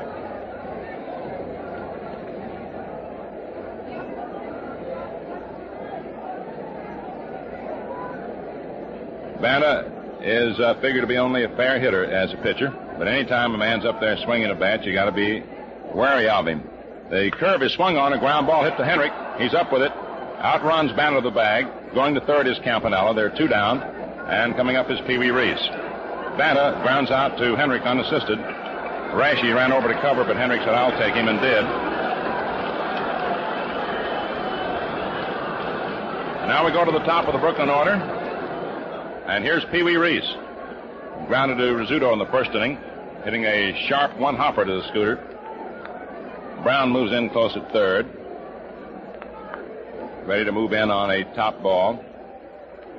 Not necessarily figuring Reese to be bunting with 2 outs, but then you always have to watch every possibility, whether it be the unexpected or not in baseball. Campanella on third, 2 down. Here's the pitch to Reese. Outside, ball 1. Spider Jorgensen on deck. Outfield shaded toward left for Reese. Stands in fairly close to the plate, slightly open stance. Holds the bat down to the end of the handle, pretty much. Rashi starts his windup. Around comes the right arm. In comes the pitch. Strike call, a fastball in there just above the knees. And the count is now even up at 1-1. Reese wants Cal Hubbard to have a look at the ball. And Cal gives a new one to Berra and tosses the one that Rashi just had out of the game. Might have been discolored. Ball players figures tough enough to see those pitches coming up there without pitcher throwing one that might have been stained by hitting the grass or being discolored through the rubbing up process or getting into the dirt one way or another. 1 ball, 1 strike, 2 down. Campanella on third, last of the third. 5-0 New York. In comes the pitch. Reese swings, fouls it off to the right of the plate, out of play, way back into the upper deck. And the count is 1-2. This has been just about the warmest day that we have had in the series. A lot of blue upstairs, patches of white. Maybe some clouds just in behind us where the sun is because it's not out too strongly at the moment. And as we speak, it fades away almost altogether. Here's your pitch, swung on, a ground ball hit in the hole between first and second out in the right field for a base hit. Campanella comes in to score, mates up with the ball, flips to Reese and Reese to Rizzuto, and Reese is on with a run-producing single to right field.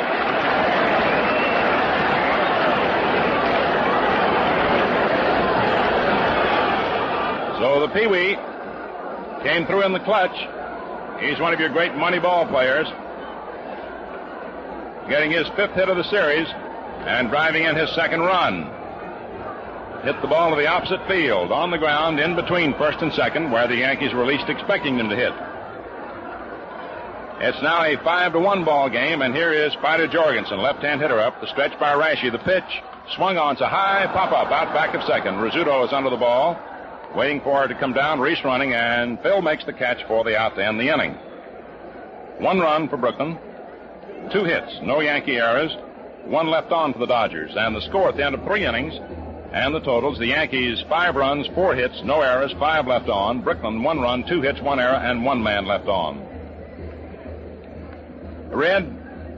Yes, Mel? In all the years that you've been watching that great guy, great performer, Pee Wee Reese, I guess you've seen him come through in the clutch many a time. Well, Reese and Rizzuto have had shortstop given us all that you'd ever expect to see in the World Series at that position. And both also have been very well up at the plate, and they have run bases very well. Frank Frisch, last evening I happened to bump into him, And, of course, he's been an infielder himself and managed ball clubs, played in more World Series games than anybody else. And his eye has been taken. Of course, he admits to being an old broken-down infielder. Now he watches infielders first. But he was talking about the work of Rizzuto and Reese. And I think, actually, that few fans appreciate either one as much as they should, because neither Rizzuto nor Reese have any eccentricities. They try and make everything look easy. They place very smoothly. In fact, as Bert Shotton says of Reese, should apply it to both, they are ringers, Mel. In other words, they're pros. That's right. As we go to the fourth inning, Yankees 5, Dodgers 1. Tommy Henrich, Yogi Berra, and Joe DiMaggio are coming up for New York. Jack Banta, right-hander, throws to Henrich. Curve inside, ball one. For you late tuners in, Rex Barney was the starting pitcher for Brooklyn. Went 2 2/3 innings, gave up 3 hits, and was out of there. In comes the pitch now. Swung on and missed by Henrich as he went all the way on that one. All the runs that the Yankees have scored are charged to Barney. Banta throws, change up, and it's outside. Ball 2, 2-1. Outfield swung way around toward right for Henrich. Jorgensen, about a dozen feet off the third base line, 4 steps away from the edge of the infield grass. Reese about 3 strides to the left of second. Here's your pitch. Swung on by Henrich. A ground ball hit to Robinson. Going to his right, up with it. Throws over to Hodges. Henrich is out. Tommy Henrich grounding out. Robinson to Hodges, second to first. Here's Yogi Berra. The St. Louis lad struck out in the first inning. Bounced out to the pitcher in the third. Yogi bemoans the fates that cost him an injury on his left thumb. There's a pitch that's outside for a ball. And he remarked that he was sorry that his thumb hurt him so, because he's had a lot of good pitches to hit but hadn't been able to swing hard on him, he said. Banta delivers. Yogi takes inside, a little low, ball 2.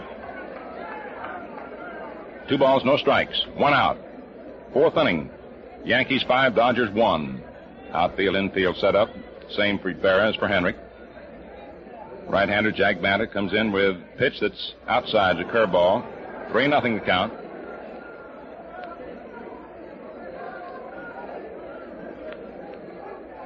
Banta to the rosin bag, gives it a touch, wipes his hand across the letters of the uniform.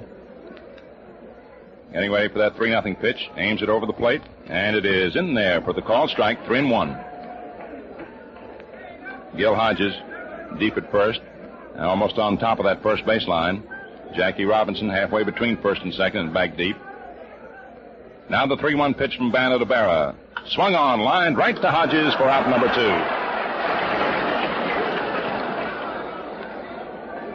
2 up and 2 away, and here's Joe DiMaggio, who twice has been the victim of spectacular catches by center fielder Duke Snyder. In the first inning, Duke went to the wall and straight center field, deep center field, the 393-foot sign, leaped and caught DiMaggio's drive over his head. Here's your delivery, inside to Joe for a ball. The last time that DiMaggio was up, he drilled a smart liner into center, and Snyder came running in at top speed and gloved it about a foot off the ground. Banta throws. DiMaggio takes low outside for ball 2. 2 balls, no strikes, 2 outs, fourth inning. New York 5, Brooklyn 1. Bobby Brown on deck. Outfield is swung around toward left. Infield shaded well around toward third. Joe with that classic stance of his, bat cocked up off his right shoulder. On the next pitch, swings and sends a long drive. It stays fair and go all the way. It is going. It is going. It is gone.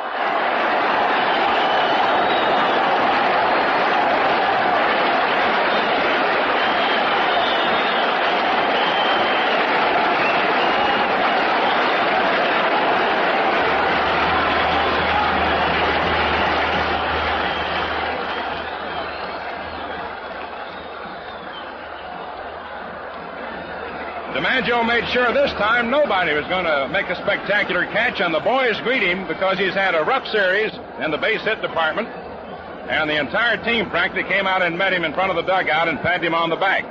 Here's Bobby Brown. Strike one call over the inside corner. Joe made sure that this time nobody was going to rob him. Hit a high towering drive into the lower left field seats. that just did go into the right of the foul pole as that ball was hooking. Now the pitch to Brown. Strike 2 call over the inside corner. The ball cleared the 348-foot mark. And yet he was out when he drove one nearly 400 feet, 393 feet to be exact, in straightaway center. That's DiMaggio's 6th World Series homer. This is the 8th series in which he has participated. The pitch is swung on and missed. Strike 3 for Bobby Brown. And Campanella flipped the ball down to Jorgensen at third, though it was the third out. It shows you that sometimes the power of concentration in a World Series will do certain things to certain fellas. Strike 3. 1 run for New York, 1 hit, no errors for the Dodgers, nobody left on, and a hand for DiMaggio as the crowd greets him going out into center field. And the score at the end of 3.5 innings, the Yankees 6, the Dodgers 1. Last half of the 4th inning, Duke Snider leads off for the Dodgers, left-hand batter, struck out in the 1st inning. Rashi pitches, Duke takes a curve over for a called strike. Jackie Robinson on deck, Hermansky to follow. There was a wild rumor that spread briefly before the ball game concerning DiMaggio, but it was quickly scotched that he was back in the hospital with a 103-degree fever. Here's a pitch swung on and missed. Strike 2 as Duke cut hard. That was one story that was easy to trace down and scotch in a hurry because all he had to do was go down to the Yankee dressing room when the team arrived, and there was Joe with his son, Joe Jr. Joe putting on his uniform. The right-hander comes in with his pitch, and it swung on and missed. Strike 3. And Snider goes down, striking out for the 7th time in the series. Now Jackie Robinson steps in. Robbed of a base hit in the 2nd inning by Jerry Coleman on a sinking liner that Jerry gloved. Outfield shifts around toward left, shades around toward third on the infield. Brown in close to third in the event of a bunt or top roller. Vic Rashi into the windup throws. Strike call, fastball through there. New York 6, Brooklyn 1, last the 4th. Robinson stands deep in the batter's box, just a little way away from the plate. Rashi's delivery, curve, swung on, hit right back through the middle, out over second into center for a base hit. Joe DiMaggio comes in, scoops the ball up off the green carpet, throws into second to Rizzuto, and Robinson holds on at first with a single to center. It was a curveball that he hit, and he was just waiting for it. Hit it right back through the middle. That's the 3rd hit off Rashi. And now coming to bat is Gene Hermansky, who flied out to Mapes in the 2nd inning. Left-hand batter, Bobby Brown, about 5 feet off third, 2 steps away from the edge of the infield grass. Rizzuto 3 steps to the left of second in halfway. Now your pitch. Swung on, it's a high fly ball out into short left. Woodling trots in toward short, under the ball. Rizzuto hollers, take it, Gene. He does. Robinson halfway to second, turns and shoots back to first. So Hermansky flies out to Woodling in short left. And now coming to bat is Gil Hodges, who grounded to short in the 2nd inning. Tommy Henry hollers to Rashi, I'm going to play halfway, or I'm going to play not on the bag, rather, against Robinson, but in behind him. But now Hendrick moves in and has a look at Casey Stengel in the Yankee dugout to see where he wants him to play. Meantime, Gil Hodges, right-hand hitter, steps in, stands away from the plate, fairly deep in the batter's box, open stance.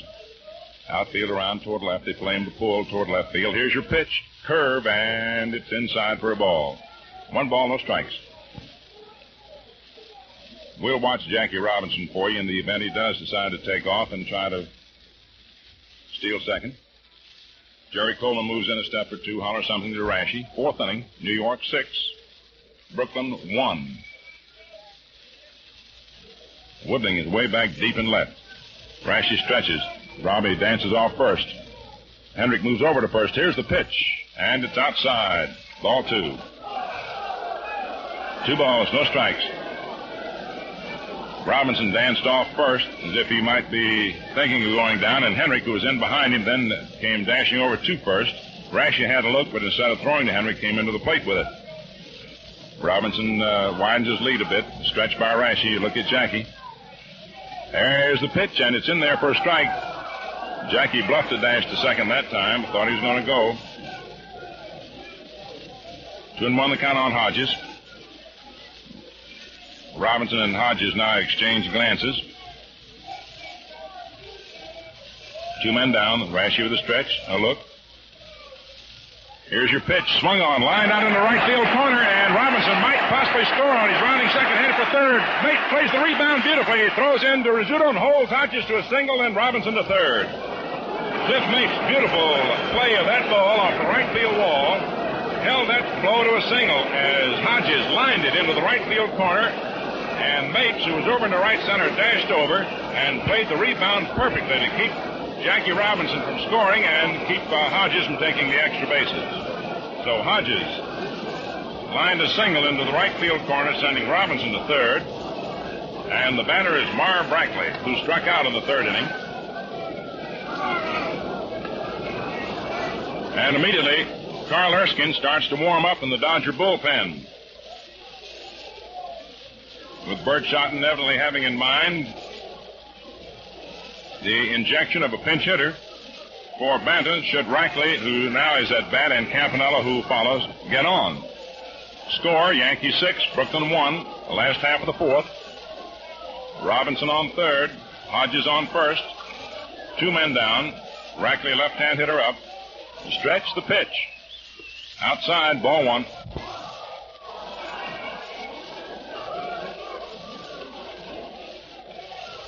There's nobody warming up in the Yankee bullpen. Vick again ready. He throws. Inside, ball two. Robinson on third, Hodges on first, two down, the stretch by Rashi. Here's the pitch. Strike call, got the inside corner, just below the belt. 2-1 count on Marv. Bobby Brown's in close at third. Rizzuto 4 strides to the left of second, in halfway. Jerry Coleman deep, 4 strides to the right of second. Henrik just in behind Hodges at first. A 2-1 count on Rackley. Again, Rashi is set. Here's the pitch. Rackley takes low inside for ball 3. Roy Campanella is on deck. And now Jim Turner comes out of the Yankee dugout on orders from Casey Stengel and motions for action in the Yankee bullpen. And it's Fred Sanford getting up. Just as Rashi takes his stretch, Rackley steps out of the batter's box. Rashi is perspiring rather freely. The upper portion of his uniform shirt absolutely wet. Harvey ready for the 3-1 pitch. Runners on first and third. Here it is, and it is strike two called right over. Rackley started at first and was called back by Hubbard going up with the right hand.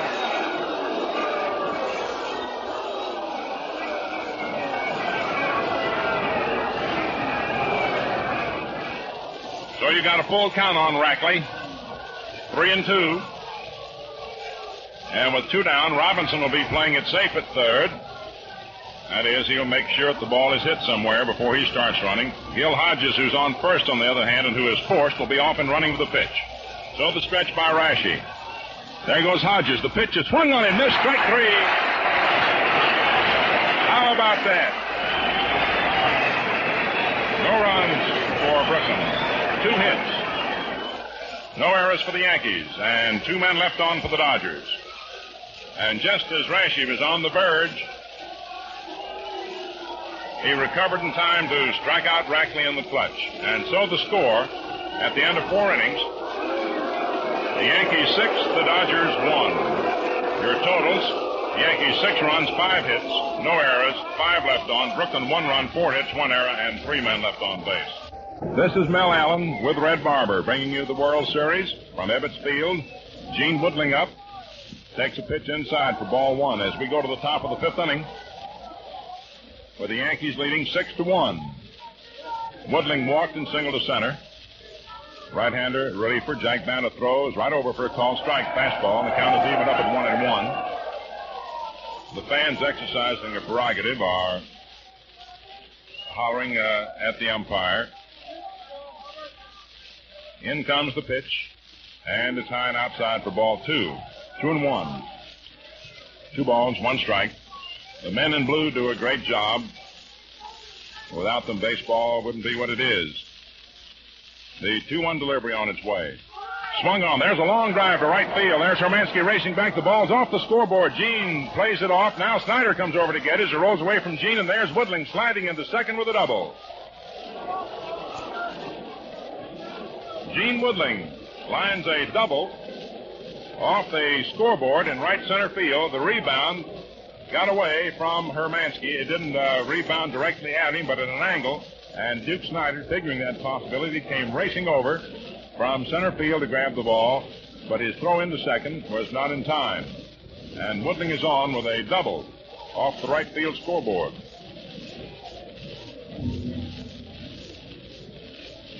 Here's Cliff Mapes, left-hand hitter.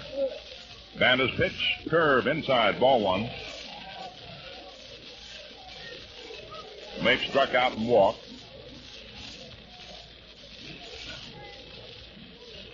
Woodling's only other hit in this series was a double. And it was here at Ebbets Field and almost in the same spot. Band of the pitches. Mapes takes inside around the knees for ball two. 2 balls, no strikes. Now the pitch.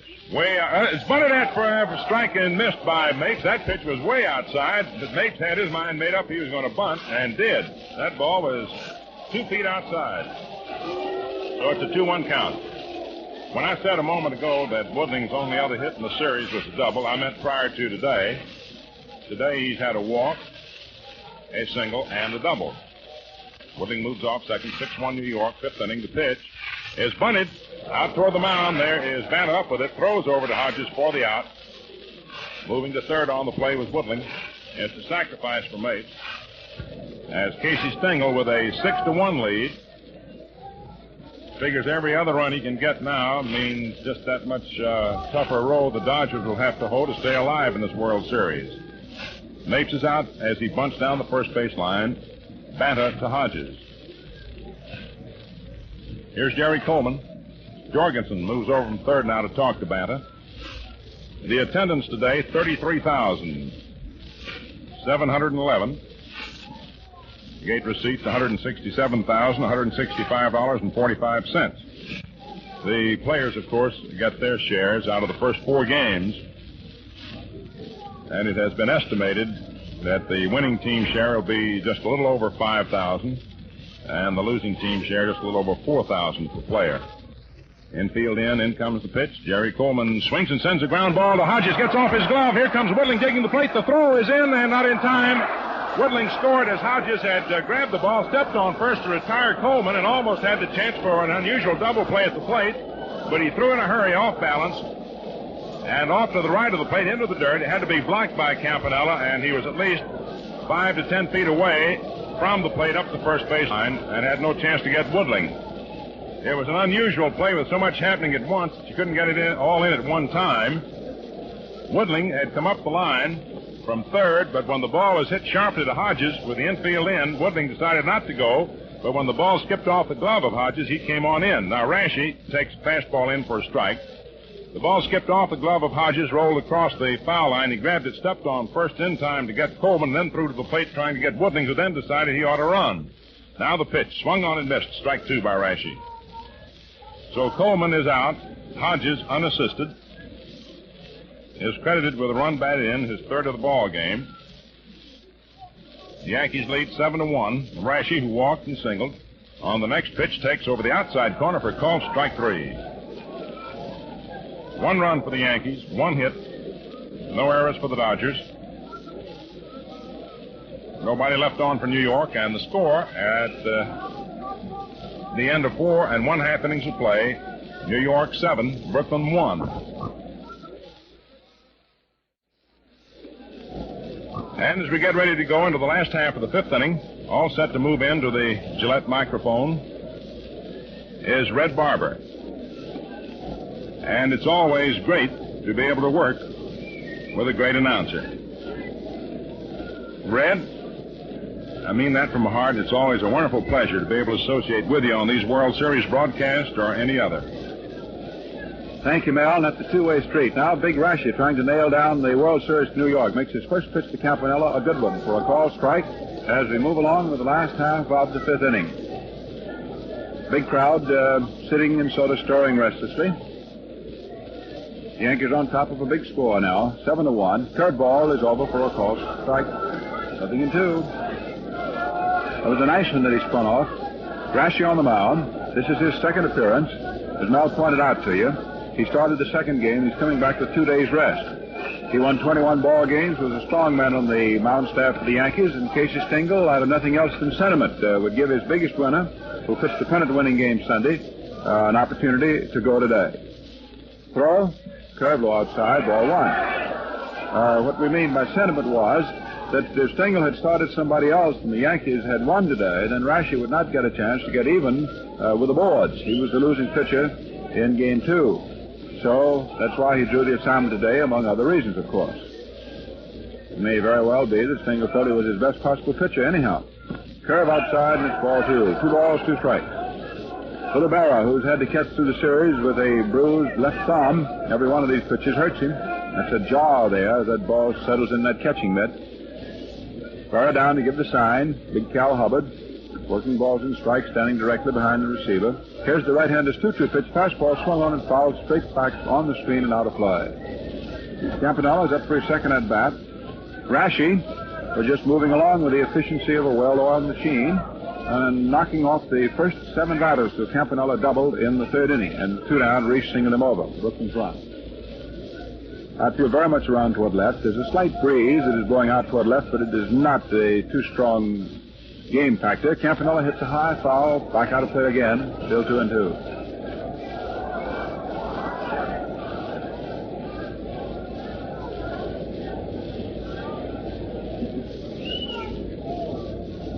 As Mel gave you the figures a few moments ago, is brought in by the Brooklyn Road Secretary Harold Park, 33,711 here to see this 5th game of the series, 3rd game of the set at Ebbets Field.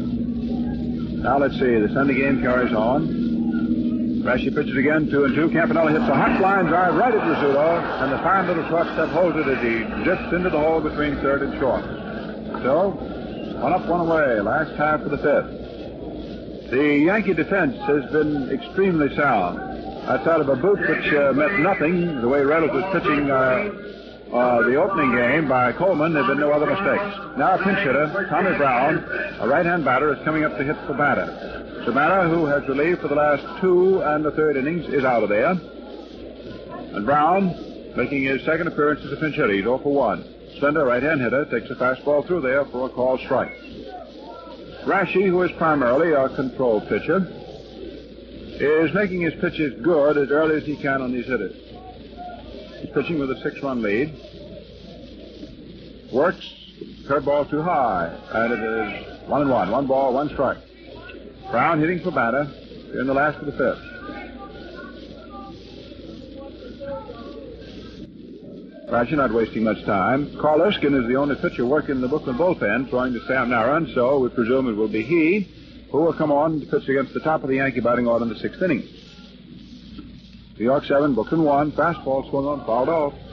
And the count now goes 1-2. The ball spun back and into the permanent press box, which is suspended from the roof of these double-deck stands here at Ebbets Field. So, one of the members of the 4th Estate has a World Series souvenir. 1 ball, 2 strikes. Outfield around toward left. Infield is straight away. That's Henricks, Coleman, Rizzuto, and Brown. Rashi works 1-2. Fastball swung on and missed for strike 3. So Brown is set down, and that's the 5th strikeout for Rashi. Farrell fires the ball down to 3rd. Brown trucks over toward the mound, tosses it underhand now to the pitcher. Let's see, the outfield moves a step more toward left. That's Woodling in left field, who's had a perfect afternoon with a walk, single, and double. DiMaggio, and I know that the sentimental heart of the American public was glad to see him belt one, is in center. And the right fielder's mates. Pee Wee Reese up, fastball over for a called strike. Pee Wee leads the Dodgers with the most hits. He has 5. 1 for 2 today. 5 for 16 for the series. Swings, there's another one, a line drive over 3rd, down in left field. So Reese is on at first. And this fine money player for the Dodgers ever since he came up in 1940. In continues to show why people consider him one of the fine shortstops anywhere around. Line single into left. And hit number 5 for Brooklyn. Jorgensen, the smallish southpaw swinging third baseman. Jorgensen is 0 for 2 today and is 2 for 11 in the series. Rashy pitches, fastball swung on, trickled up toward first. Henry comes on, picks up the ball, and steps on the bag for the third out. So that ends matters in the last of the 5th inning. No runs, 1 hit. Well, we'll check our 5-inning totals. For the Yankees, 7 runs. They're all officially scored as earned. A half a dozen hits into New York and errorless defense. Far for the Dodgers, 1 run off Rashy, which is earned. 5 hits, which have been pretty well scattered. And for the Dodgers, 1 error, which was Barney's throwing error in the first inning. Barney was wild at the bell, and that wildness so far has been the turning point of the ball game. He walked the first 2 hitters, and then in throwing high to second base on a pickoff play, moved them over an extra notch.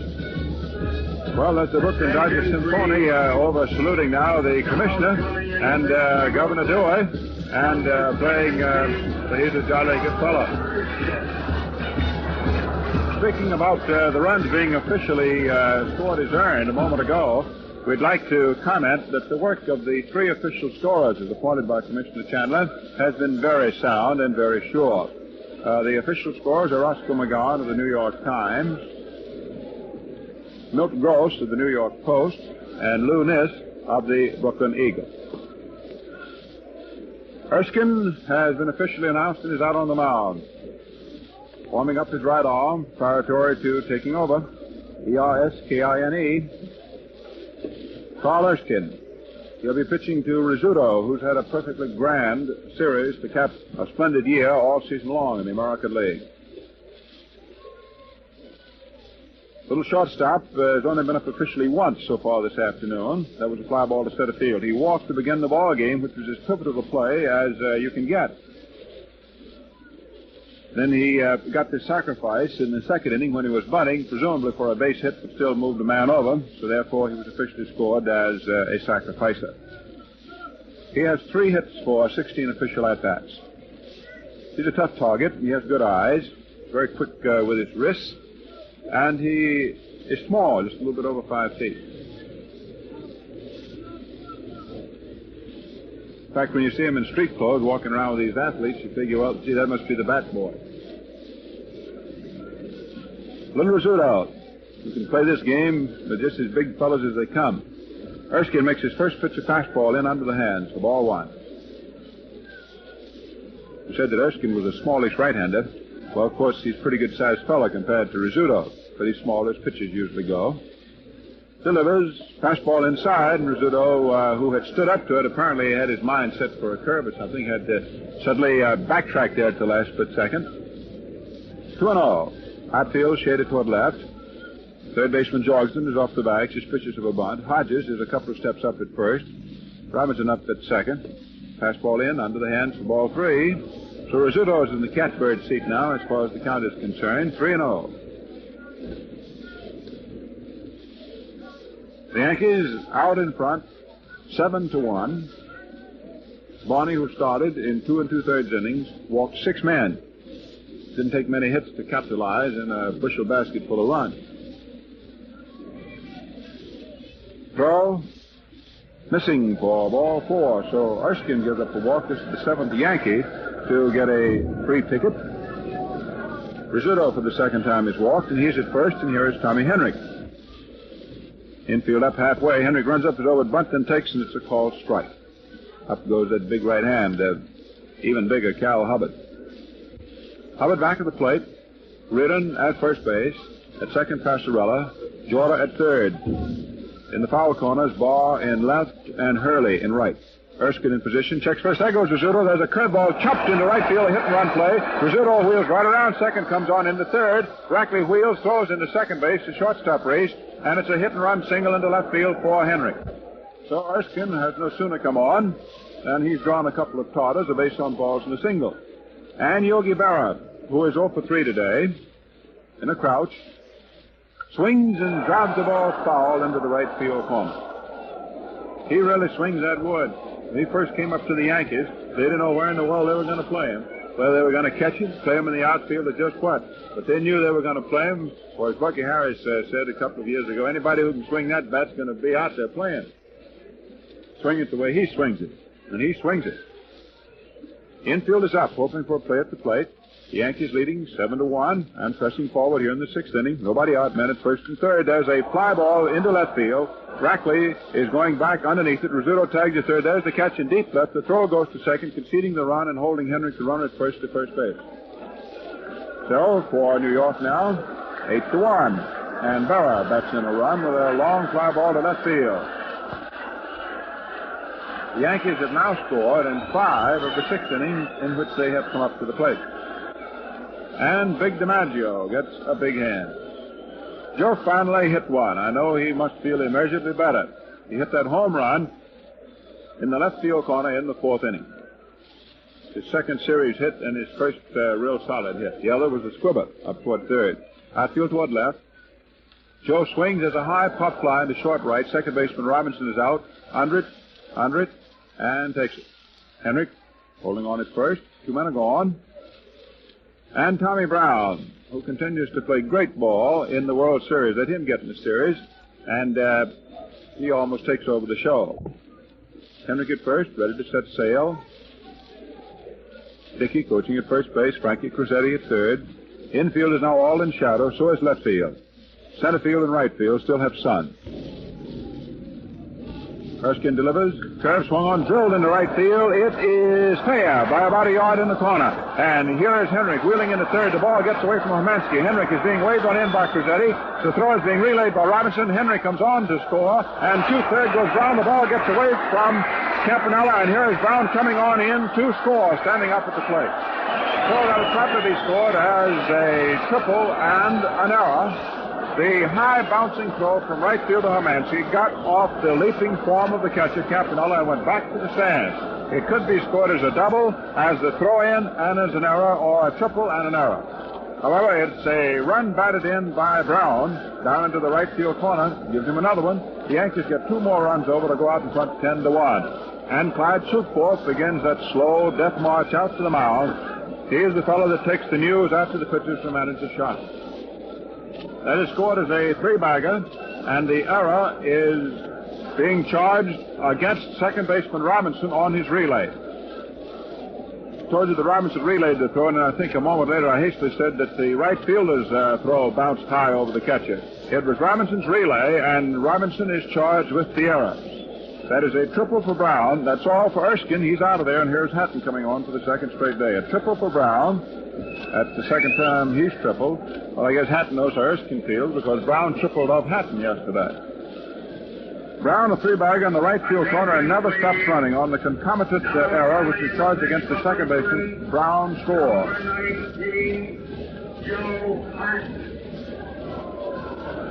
The announcement has now been made, and Hatton is officially the pitcher, and Erskine vacates the mound for him.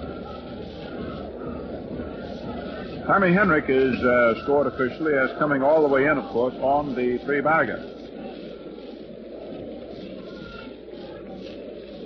Now leaving the Brooklyn dugout, going down to the bullpen is Irv Felica. Hatton takes over on the mound. It is 10-1 in favor of the rampaging Yankees.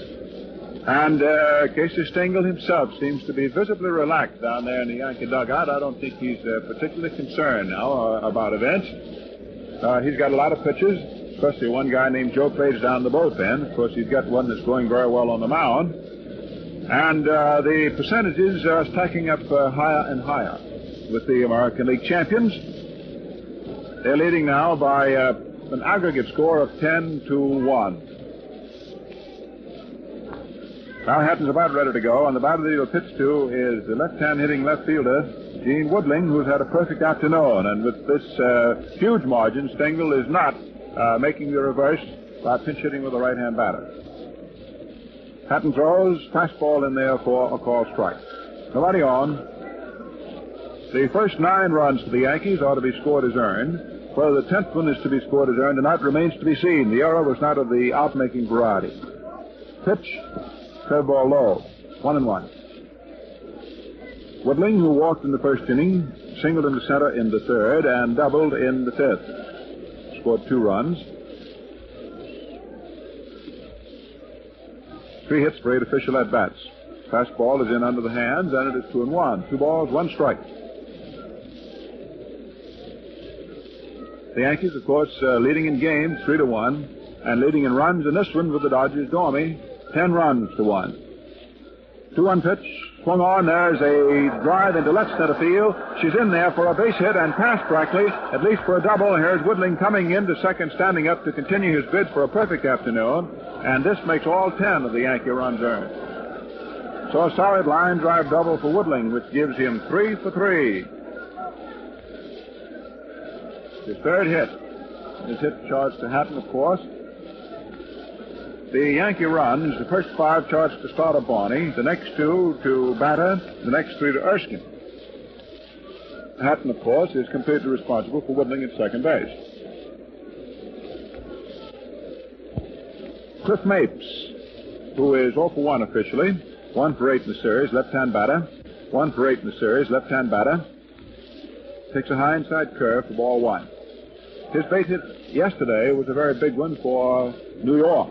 With the ball game standing even, he sliced a double in the left field corner, knocked in the first 2 runs, and the Yankees were never headed. Swung on a high fly ball into short left. Rackley comes in. The left fielder's under it. Backs up. Makes the catch. So that closes matters in the top of the 6th inning. And the Yankees pick up 3 more runs, 3 more hits. There's one booked for Mara. And at the end of 5.5 innings, the score stands now New York 10 and Brooklyn 1. Lou Boudreau of the Cleveland Indians says that he'd rather go without his morning coffee than passive shaving. Yes, Lou uses Gillette's super speed razor. And here he is to tell you why. Well, fans, that's because it makes shaving something to look forward to. And what way, Lou? Well, Red, shaving is no longer a chore. It picks me up, gives me a feeling of well-being. In fact, it's as important as breakfast to me. Well, you don't mean that you'd rather shave than eat, do you? Oh, no, but I just don't feel right until I do shave. Fans, with the Gillette Super Speed Razor, shaving is a refreshing experience and far more convenient than ever. Ask for Gillette's special World Series set. Get this fine 1-piece razor and a 10-blade Gillette dispenser in a handsome styrene travel case. A big $1.75 value for only $1.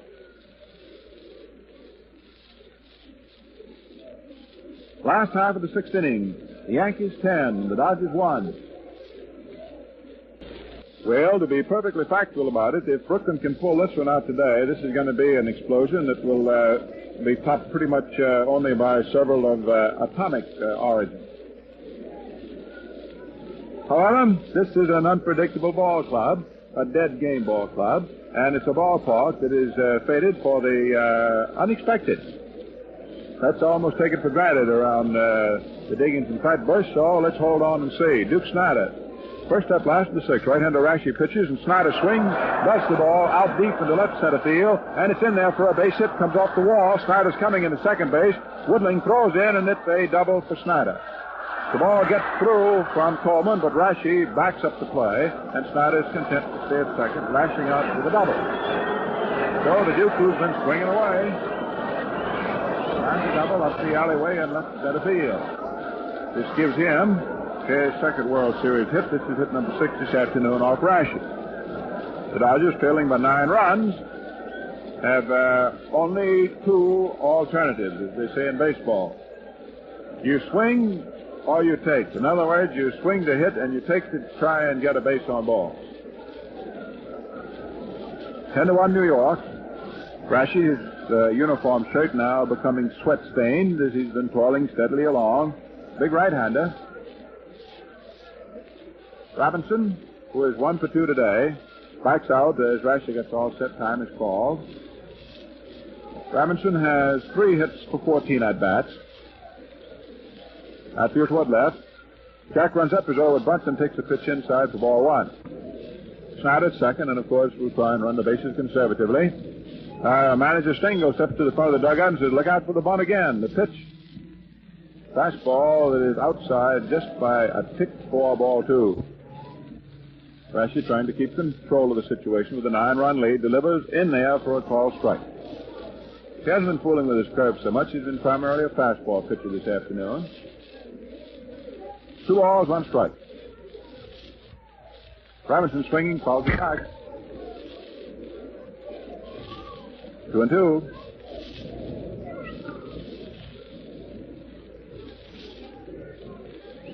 Snyder not only came up with a base hit for himself in the 6th inning, which will help his feelings immeasurably, but by getting a base hit, he saw to it that he didn't strike out. He's only one strikeout away from tying the record for a batter striking out the most in a 5-game series. Rogers Hornsby struck out 8 times in 1929. Robinson takes a curve outside, 4-3. 3 balls, 2 strikes. Snyder has struck out 7 times in the series. 3-2. That's the ball and strike count. 1 out, last of the 6th. Rashi pitching with a little bit more deliberation now. He's probably beginning to get tired. He's come back after 2 days' rest. Big right-hander throws. Outside for ball 4, and Robinson achieves his objective, getting on base with a base on balls, which is the first given up by Rashi. And pitching coach Jim Turner steps to the front of the Yankee dugout and motions to the Yankee bullpen with his left hand. What do you think that means? Only one thing, Joe Page. And there's Big Page, starting to warm up, and he knows how to warm up. He doesn't leave any of his pitches down in the bullpen. Well, the Yankees want to end it. There it is, Page throwing in the bullpen. The Yankees leading 10-1. The batter is Gene Hermansky at the plate. Swings and fouls the ball out of play back on the screen. Nothing in 1. Big Rashi takes the sign from Stocky Berra. Pitches. There's a bounding ball hit through between first and second into right field. Snyder being waved by Stock around third. He comes on into score, and when the ball is bobbled in right field by Mapes, Robinson, who had stopped at second, picks up close to third. Hermansky holds it first. That makes it a 10-2 ball game, and an error is charged on Mapes in right field. You can't bobble that ball for so much as a split second on Robinson. His reflexes are amazingly rapid. So Hermansky singles into right. Dodge, if nothing else, they're going to worry the Yankees and Stengel as much as they can. They got Stengel up in front of the dugout hollering now. Robinson stops at second, moves over to third on right field of Mapes' miscue. Snyder scores, of course.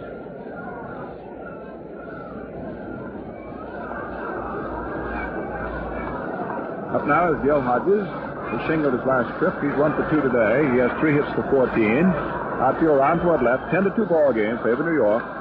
Nobody out. Slow curve is over for a called strike. And Page is warming up in the Yankee bullpen. You watch him warm up, you would think he was being very lackadaisical, very unconcerned. That is a part of his ability to do so much work. He just gets sort of loose down there, and he gets right on the edge of where he's ready to throw hard, and then he takes them out. Robinson off third. Hermansky off first. The Yankee infield is up only 1 or 2 steps in double play depth. The outfield toward left. Rashi pitches a curve, swung on and missed. Strike 2. He spun a big, slow breaking curve over. Broke it off very nicely. Nothing in 2. For the Yankees, 10. For the Dodgers, 2. There's a lot left to happen in this ball game. Gillette folks, mighty happy to send it to you wherever you are, wherever you happen to be.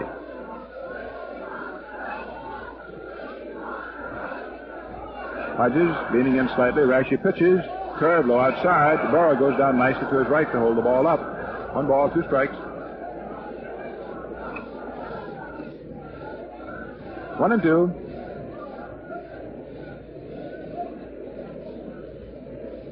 Before the ball game, we had a talk with Billy Southworth, and we're very happy to tell you that he feels fine. He looks fine.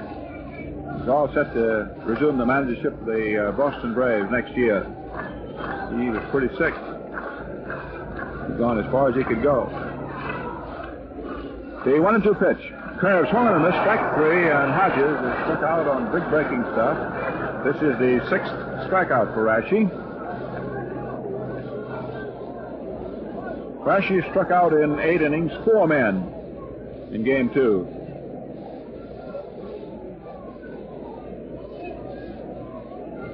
Rashi apparently found that his hands were perspiring a great deal, and Stengel held up a towel over in the dugout, but Rashi said, well, I don't want it. So he's gone back to the mound. Henry could come over from first base to visit with him, goes back to first. Mansky at first base, Robinson at third. Those are the two runners. One man out. The batter is Marvin Rackley, who is 0 for 2. Both times he's been up, he's struck out. He's 0 for 4 in the series. Works well up on the handle of the bat. Small left-hand hitter. Swings on a curve, hits it down to first base. Henry up and drops the runners. Let's see, brush Robinson back, steps on first for the out. On Rackley, holds Robinson at third base. Mansky moves on to second. Jack, of course, in other words, had the one run meant anything, I think he'd have tried. But, of course, when you're 8 runs behind, you don't risk an out. So Henrik just waved his arm menacingly once, and Robinson obligingly darted back into third base. Szymanski moved over to second. So Rackley is just out routine to the first baseman. Unassisted. That's the second out. Roy Campanella, who has had a fine series to cap a very solid season. Campanella, who is 1 for 2. 4 hits for 14 at-bats. Right-hand batter. First base is open, but with 2 out there pitching to him. That 8-run advantage lets you do it the way you want to do it. The Yankees leading 10-2. Last of the 6th. Rashi takes a long time getting the sign. Pumps once, pitches a curveball in there. Called strike. Rashi settle down, get the last 2 outs. So Page is promptly sloughed off. Throw. Curveball, low outside, ball 1. 1 ball, 1 strike. Rashi, apparently feeling that being tired, that he's losing something on his fastball, is going to his curve more and more. Casey Stengel, moving around, hollers something at the Rashi, and Vic nods, The pitch is a fastball in there for a call second strike. 1 and 2, 1 ball, 2 strikes. Robinson at third. A long run down just then. Mansky at second.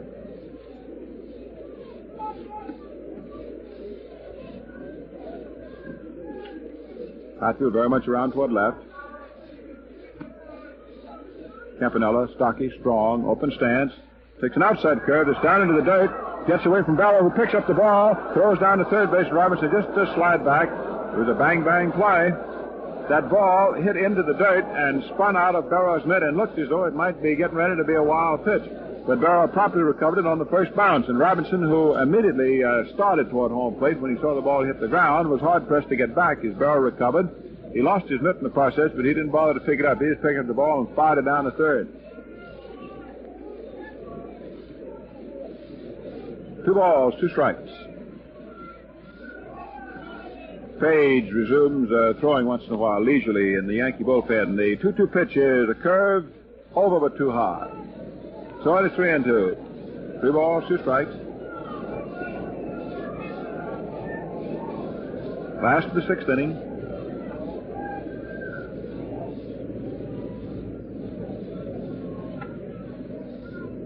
Ball game is now 2 hours old.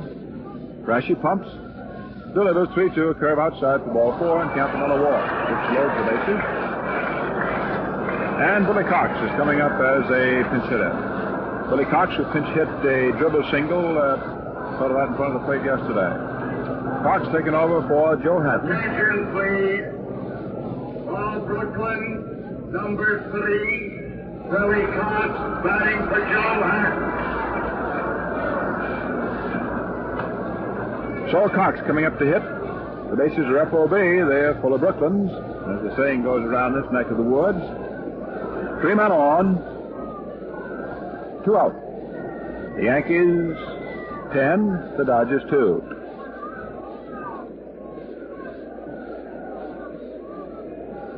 Kulika, the only pitcher throwing in the Brooklyn bullpen, so we'll see him in the 7th inning. Rashi now trying to settle matters in the 6th. Pitches, misses with the fastball in under the hand for ball 1. 1 ball, no strike. Big right-hander has a very easy move. He's centering his attentions on the hitter. Pinch hitter Billy Cox, slight right-hand batter. Swings and misses at a sharp curveball. 1-1, 1 ball, 1 strike. Cox had the regular job at third until he sprained an ankle in the morning game Labor Day. And didn't play at all until yesterday. He got in the ball game and finished it. 21 pitch, swung on, there's a foul ball. Back out of play. 1-2. Burrow takes the new ball, asks for time, walks out to the mound. 1-2, ball and strike count. Rashi, who lost that brilliant ball game to Preacher Row, game 2 at the stadium, now trying to hang on. Page and Silvera have stopped their work down the Yankee bullpen. They're looking on, along with everybody else. The pitch is a curve high inside for ball 2. 2-2. Cox swings from the end.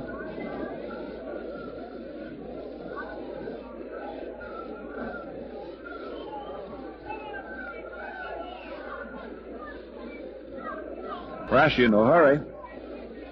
Well, he figures he's got a long winter ahead of him. The 2-2 pitch. Swung on and missed. Fastball high inside. Strike 3. So Cox is struck out. He couldn't lay off that high inside fastball. This is one of the pitcher's best friends. It's 7 strikeouts for Rashi. So it is 1 run in the last half of the 6th inning. 2 hits with 3 men left. So the totals at the end of 6 innings for the Yankees, 10 runs are all earned. 10 hits and 1 error. For the Dodgers, 2 runs earned, 7 hits and 2 errors. Attention, please. Well, Dodgers had an agreement that there's total cold water. Palika is being announced as the pitcher to come on in the 7th inning. And the Yankees at the end of 6 are out in front, 10-2. And on our broadcast, with the best wishes of the Gillette Safety Razor folks, we'll pause 10 seconds for station identification. This is the Mutual Broadcasting System. Hear the World Series exclusively over WOR and see it on WOR TV Channel 9, WOR and WOR FM, New York.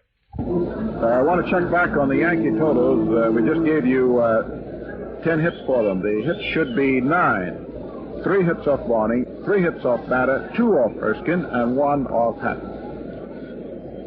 So, the Yankees 10-9-1. The Dodgers 2-7-2. Now Palika is out there on the troubled scene, ready to pitch to second baseman Coleman as we move into the 7th inning. Palika, a young right-hander, used primarily as a relief pitcher all year for the Dodgers. Not used very much in the late stages. Coleman, who's had a tremendous series for a rookie, 1 for 3 today. Right-hand batter, swings and slaps it from foul in the upper first base stand. Strike 1. As we move along into the 7th inning, with the Yankees leading 10-2. The shadow of the stands is now almost completely developed. The playing area, right center field, in its depth out by the wall, still has a little bit of sun. Fastball swung on and missed at the plate. Strike 2. No balls, 2 strikes. Palika, 6-foot, graceful working right-hander, misses with a fastball low inside. 1-2. 1 ball, 2 strikes. Palika kicked on that decision. The 1-2 pitch, swung on, hit down straight to second baseman Robinson, who's up with it on a big hop, throws over to first to Hodges, and Coleman is retired. 1 up and 1 away.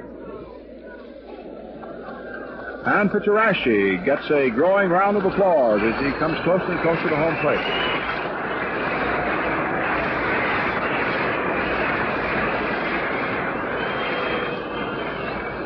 He's been quite a pitcher so far in the series.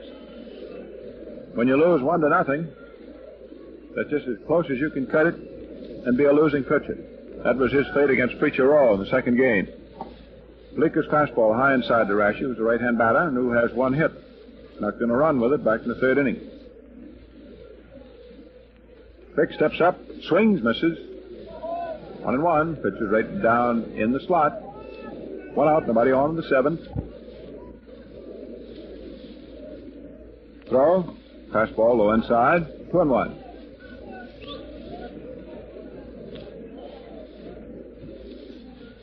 Campanella pumps the sign. Outfield step toward left. Rashi is a good hitting pitcher. Takes a fastball over for a false second strike. It's 2-2. It's a very interesting and a somber study to watch some of the faces of the National Leaguers as they sit back of the Brooklyn bench. Over there in the New York Giant box, Carl Hubble, Eddie Brannick, the road secretary, Mel Ott sitting shoulder to shoulder with Leo DeRocha. 2-2 pitch, swung on, hit right back to the mound on a big bounder. Palika throws over to first, and Rashi is out. But Palika made him run all the way down the line. He wouldn't throw over there until after he had run very close to first base. So, 2 men are gone, top of the 7th. And the scooter, Phil Rizzuto, who's had a great series. He's done everything that you could ask of him. Pitch, fastball in there. Nothing in one. Palika so far just trying to get the ball over, I think. He hasn't gone very much. He can throw almost anything. Deals.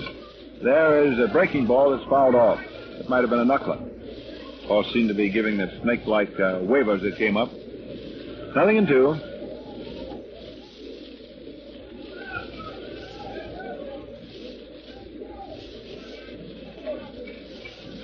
Outfield toward left. Infield is up because of this fellow's speed. Curve, swung and missed. Strike 3. So Palika strikes him out. That's the first curveball to use.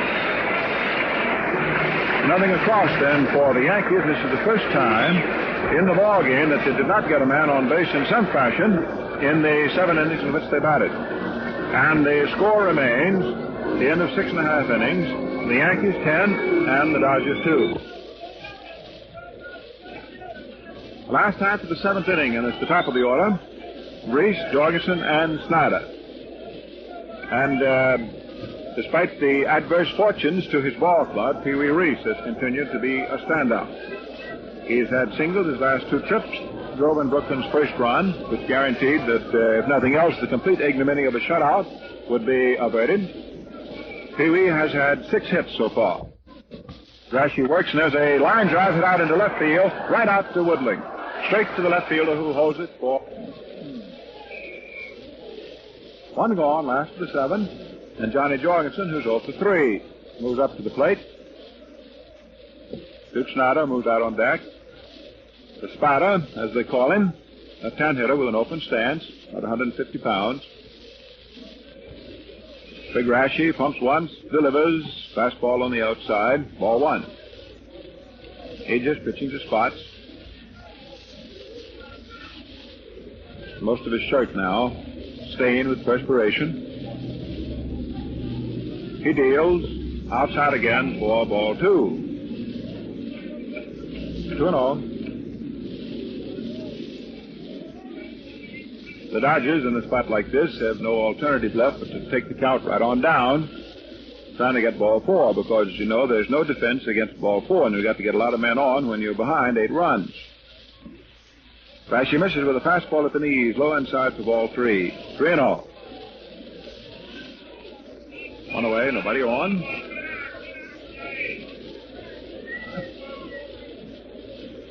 Barra sets his mid as the target. 3-0 pitch inside for ball 4. To Jorgensen, throws his stick away. Sam Strahl, the Brooklyn bat boy, retrieves it. This is walk number 3 for Rashi. And Duke Snyder, who doubled. Last time up in the 6th inning. Later was turned into Brooklyn's 2nd tally. Snyder 1 for 3 today. He has 2 hits for 19 at-bats. Pitch. Curve, swung on, hit down to second baseman Coleman, gets through him, out in right center field. Jorgensen around second, goes into third, and Snyder holds it first. Coleman going to his right over towards second base. That's the tough play. That's to the meat-hand side for the second baseman. Can't quite come up with the ball, although he partially flagged it, and it's officially scored as a base hit. So Snyder comes up to the wall. That has to be a base hit. That could have only been a great play had Coleman come up with it. So that is a single in the center field for Snyder, sending Jorgensen to third. Hit number 8 for the Dodgers. And the batter is Robinson, who has 1 hit for 2 today. 1 in at first and third. Rashi's fastball is low outside, ball 1, and Joe Page is up again. He's, what is it they used to say, as sure as death and taxes? Well, you might say as far as the Yankees are concerned, as sure as death, taxes, and Page. Simonson takes a call strike. Fastball over. 1 ball, 1 strike. Runners at first and third. 1 out. Last of the 7th. Outfield around toward left.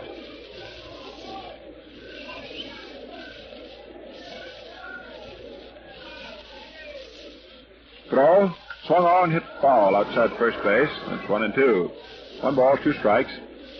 I guess at a time like this that Casey Stengel remains a little itchy because he's seen big leads evaporate.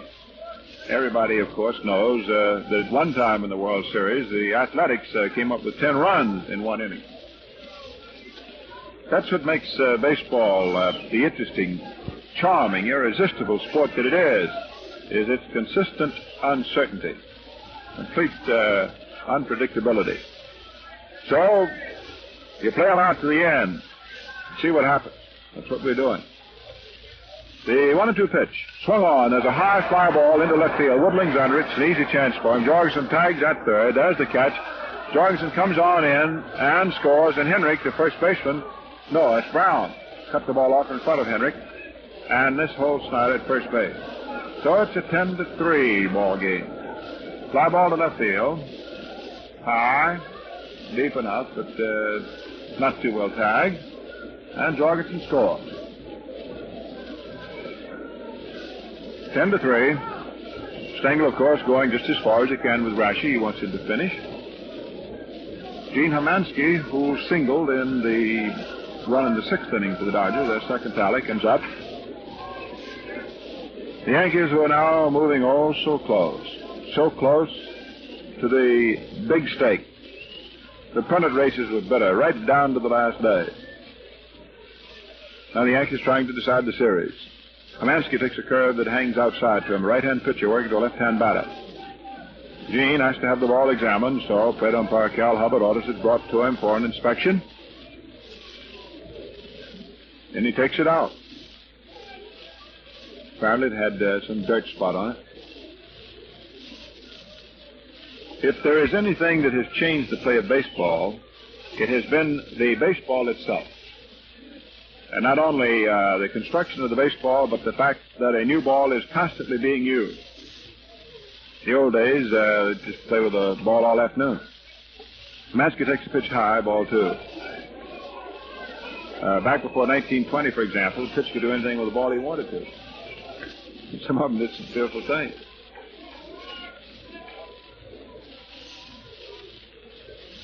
Today, a pitcher has to make every pitch good. 2-0 pitch. Low outside, ball 3. 3 balls, no strikes, and there's Stengel just monkeying around. It's a 10-3 Yankee lead, but Mr. Stengel is not comfortable. He's been in this game a long time, and in this ballpark had booked him a long time. Rashi seems to be quite tired. He's forcing himself. Paul Miller gets up to start throwing in the Brooklyn bullpen. Pitch. Low, 4-4, and Hermansky draws a base on ball. And 2 out, he takes first to Snyder, moves over to second base. Walk number 4 off Rashi, and all 4 walks have come in the last 2 innings, 6th and 7th. Well, there's Stengel, standing in front of the Yankee bench. Boy, what a year he's had, huh? What a year.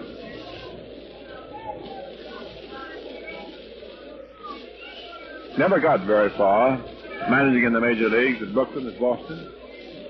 He never had very good ball players. He was given some ball players this year, and he's really come through. Now the matter is Hodges, 10-3, favor New York. Rashi misses just outside by no more than the width of a Gillette blue blade, but it's wide enough. Ball 1. Hodges has 1 for 3. Outfield round toward left. Attend a minute. Very tall. Going down in the right field corner for Brooklyn. Page is already warmed up. He's just watching for the Yankees. There's a fastball over. 1-1. 1 ball, 1 strike. Rashi is weary. But he wants to go. You have a feeling, however, the next thing that happens to him, he's out. 1 pitch, swung on. There's a high fly ball deep in the left field, way back in the left field. It is in there for a home run, and it's a 10-6 ball game. Stengels going to the mound, and Rasch's coming out.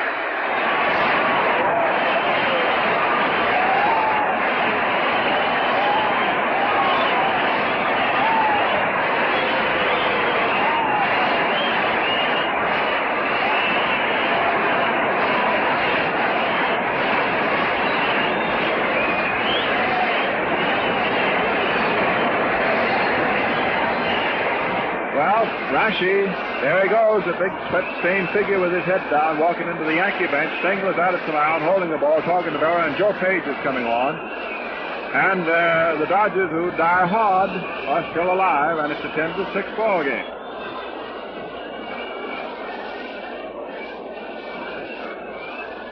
There's Joe Page, the master relief pitcher of his era. Page coming out to the mound. Well, Big Hodges hit a 3-run home run. Stengel waiting on the mound to hand the ball to Page. Rackley is scheduled to hit first, but it will probably be a pinch hitter. Rackley's a left-hand batter, and Page is a left-hander.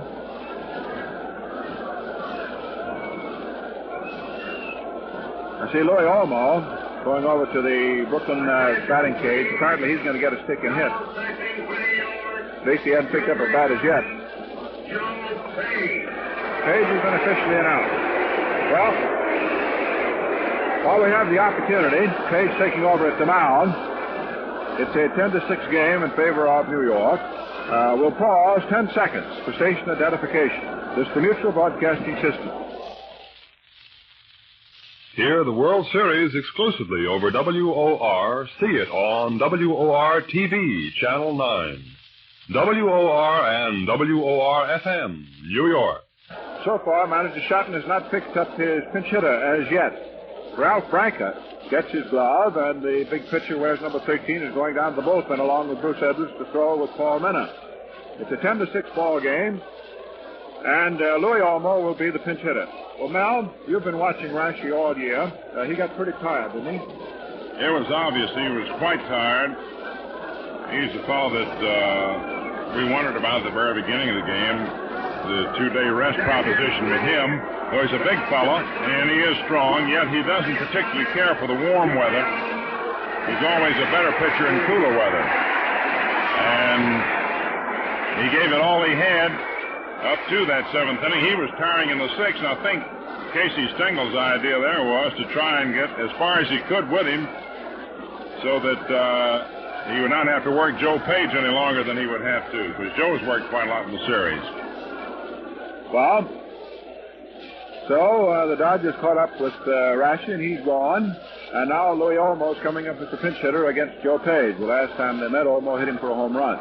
So Page takes over. The Dodgers, who were behind 10-1, now moved up to where it's 10-6.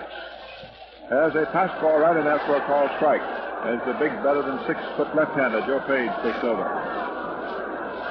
This is the 3rd time that Page is the lead.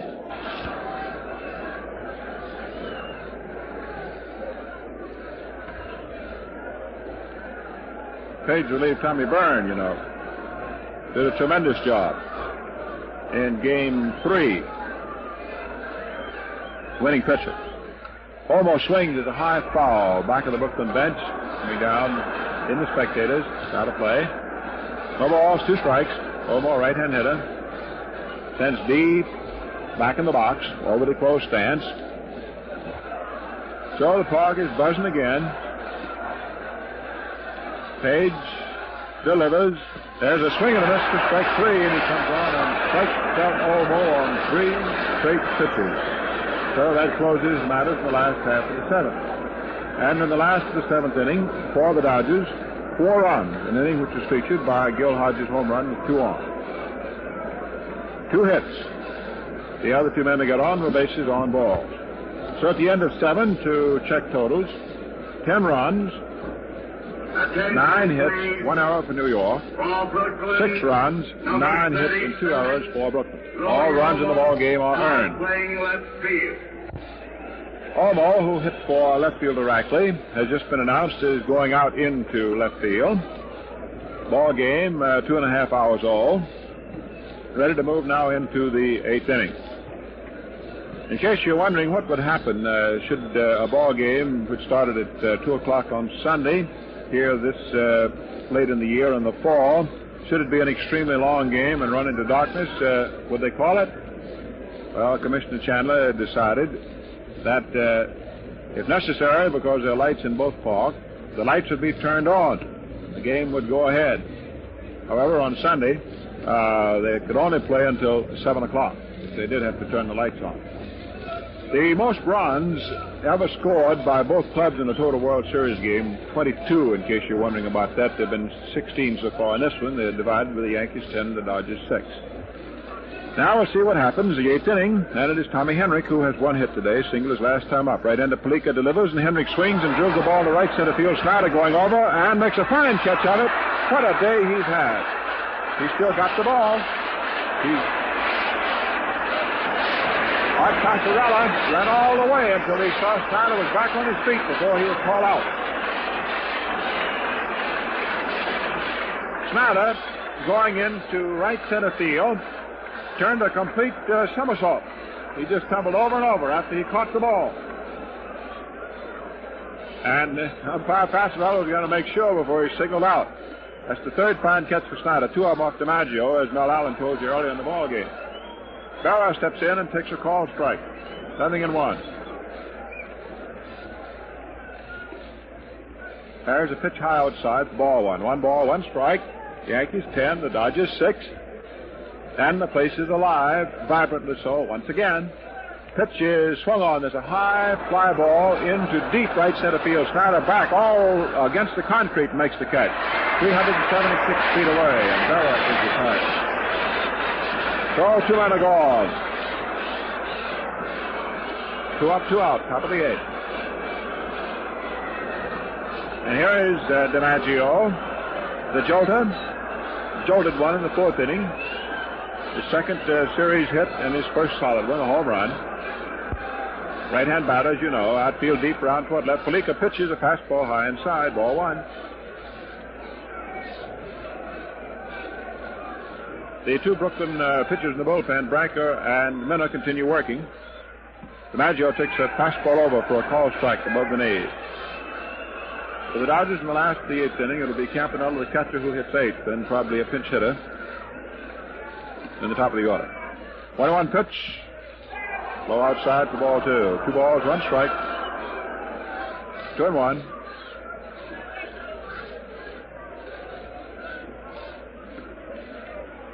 Ball game that was 10-1 is now 10-6, favor New York. 2 out for the Yankees in the 8th.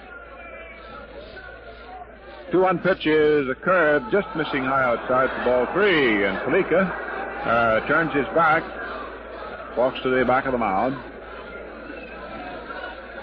He still has not turned around to accept the ball from Campanella. Now he does. 3-1.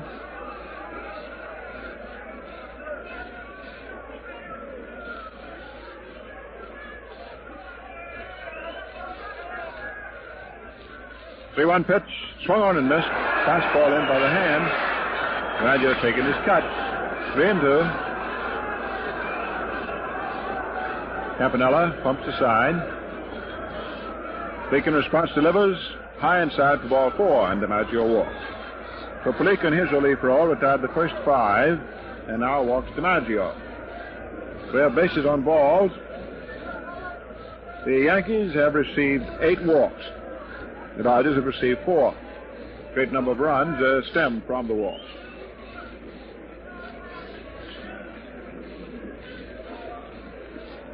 Snyder has been very busy in center field. Mel has just checked up. He looked back through his box scores. Snyder's had 18 putouts so far in the series. The record in a 5-game series for center fielders, 20 by Earl Coombs. Bobby Brown takes a curveball in there for a call strike. No balls, 1 strike. Bobby has had a single, walk, strikeout, and a triple. Brown gets in and sets at the plate. Palika puts his right foot on the slab. He's in pitching position. Delivers. DiMaggio breaks, and Brown hits the ball out into left field. She's in there for a base hit. It's a bounding ball that Olmo pulls down. DiMaggio holds on to second base. The throw goes into second. So, with 2 men go on, a walk to Joe, and another base hit for Brown. Line single into left field. That ball almost had enough kangaroo in it to bounce up high over the left fielder. So for the Yankees, men at first and second. And stepping in is Gene Woodling. The Yankees, who had a 9-run lead, are now reduced to a 4, and they'd like to have some of that big plus back again, all they can get. The Yankees, of course, trying to nail the series down. The Dodgers trying to remain alive. The matter is quite simple, very basic. Throw, swung on a high fly ball into left field. Olmo is under it. And the left fielder takes it for the third out. This is the first time that Woodling has been retired as a batter. So that's all for the bid in the top of the 8th inning. No runs, 1 hit, 2 men left. And with the Dodgers coming into the last half of the 8th, the score remains the Yankees 10 and the Dodgers 6. Remember, men, look sharp, feel sharp, be sharp. Use Gillette Blue Blades with the sharpest edges ever honed. Roy Campanella stepping in to be the first batter last of the 8th inning, and Bruce Edwards, a stocky right-hand hitter, second-string catcher, is being brought in from the bullpen up to the bench, apparently to hit for Palika. However, let's wait developments and see. And Edwards comes up to the bench and is apparently instructed to notify the bullpen who they wish to have throwing. And Branca is ordered to stop throwing, and Minna is to throw. Eddie Mixer's utility infielder gets a catch as Lund goes down to the bullpen in place of Edwards. Page takes the sign, throws, Roy swings a high pop fly. Let's see, the first baseman, Tommy Henrik, is under the ball. Under it. He's got it. So 1 up and 1 gone. And Bruce Edwards walking up to pinch hit. This will be his second appearance. He ended game 3 as he looked to the third strike that Page threw past him. For Brooklyn, number 10, Bruce Edwards, batting for the Palika. Edwards stepping in. Page trying to nail the World Championship down for the Yankees. Delivers, fastball swung on and missed. It was Page all summer long working for a pennant. What a job he did in the next to the last game to keep the Yankees alive in order for them to win Sunday. And now he's pitching for the big stake.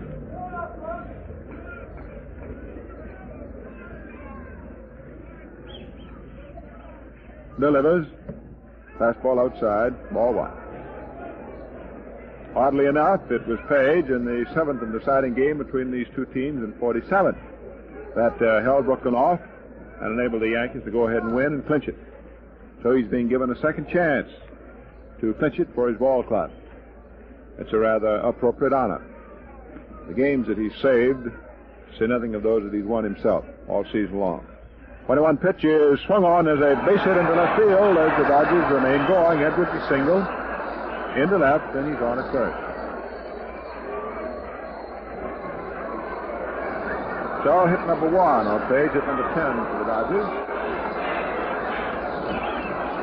That's hit number 20 in the ball game. You can add them up hurriedly correctly. And lead off to Pee Wee Reese, who is 2 for 4 today. Has 6 hits for 18 so far of the 5 games. Reese up. Yankees leading 10-6. Throw. Curveball in there, good for a called strike. Reese, who is very good upon occasion at dropping a bunt for a base hit, bluffed that he would bunt. Page broke off the mound toward the plate. The third baseman, Brown, came rushing in.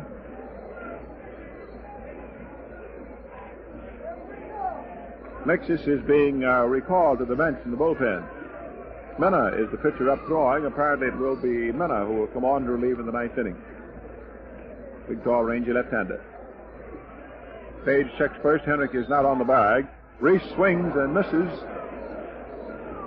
Nothing in 2. And judging from the way that Pee Wee moved his feet, he was trying to hit that ball on the right. Nothing in 2. Edwards doesn't get off first very far. The percentage, of course, is for Henrik to be off the bag, and the first baseman is halfway between first base and his full fielding depth. Pitch is swung on, hit right back to the mound. Page is up with it. Throws down to second base for Rizzuto. One out to throw on to first base. Double play. And that ends the 8th inning. So a bounding ball is hit back to the pitcher, and Page knew what to do with it. Fired it back to shortstop Rizzuto, who then relayed it over to first baseman Tommy Henrik, and that took care of that. And for the Yankees, that gives them their 5th double play in the series. The Dodgers have had 1. So at the end of 8 full rounds, men are coming in from the bullpen, and the Yankees lead with Page trying to be the boy at the dike, 10-6. Folks, the popular Gillette Tech razor with 5 Gillette blue blades for only 49 cents is a world-famous shaving bargain, believe me. This razor has one feature after another that makes shaving smooth and comfortable. It sets up stubble as a barber does, holds the blade rigidly, eliminates edge vibration, protects you against nicks. For real shaving satisfaction at a rock-bottom price, get a Gillette Tech razor. Now pitching for Brooklyn, number 38, Paul Miller. Paul Miller, the 17th Dodger to get into the ball game, and the 6th pitcher comes onto the mound. The record for the most players in a World Series game by one team is 21. Correction, Miller is the 18th. So Miller comes on. For the Yankees, it will be Mapes, Coleman, and Page, the last third of the batting order in the top of the 9th.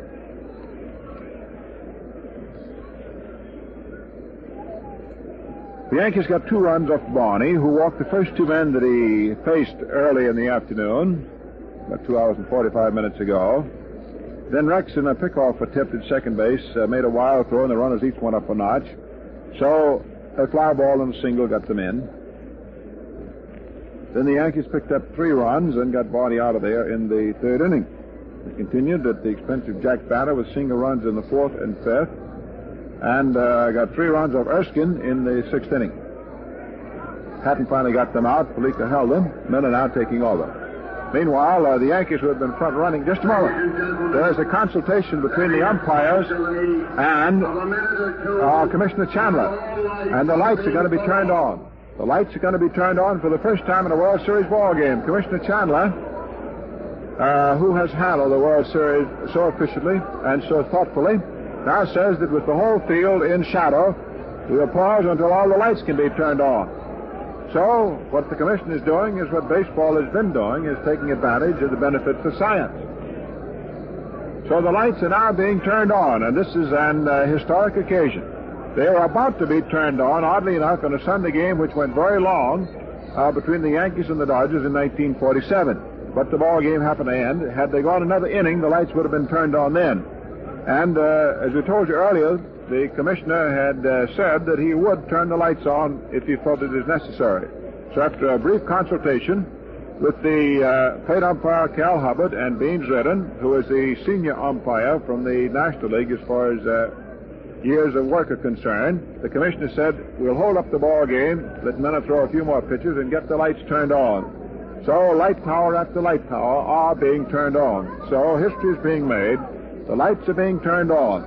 As we look at the clock on the scoreboard here at Brooklyn, it indicates roughly 10 minutes of 5 Eastern Standard Time. Were there no stands, they would not have had to turn the lights on. But with the sun setting behind the main stands, the whole field is completely in deep shadow. So the lights are being turned on. And it takes a little time to get them all turned on. In other words, there's no master switch that turns on all the light towers at one fell swoop. Now let's see, Mel, I see you've got the record book out. Is this game going to be a long game by time compared to some other World Series games? No, Red, it's an approximation. Of course, a great deal happens. Depends on what happens here in the 9th inning. But the longest game by time, 3 hours and 28 minutes, the Tigers and Cubs in 1945. But that was an extra inning game. Won 12 innings.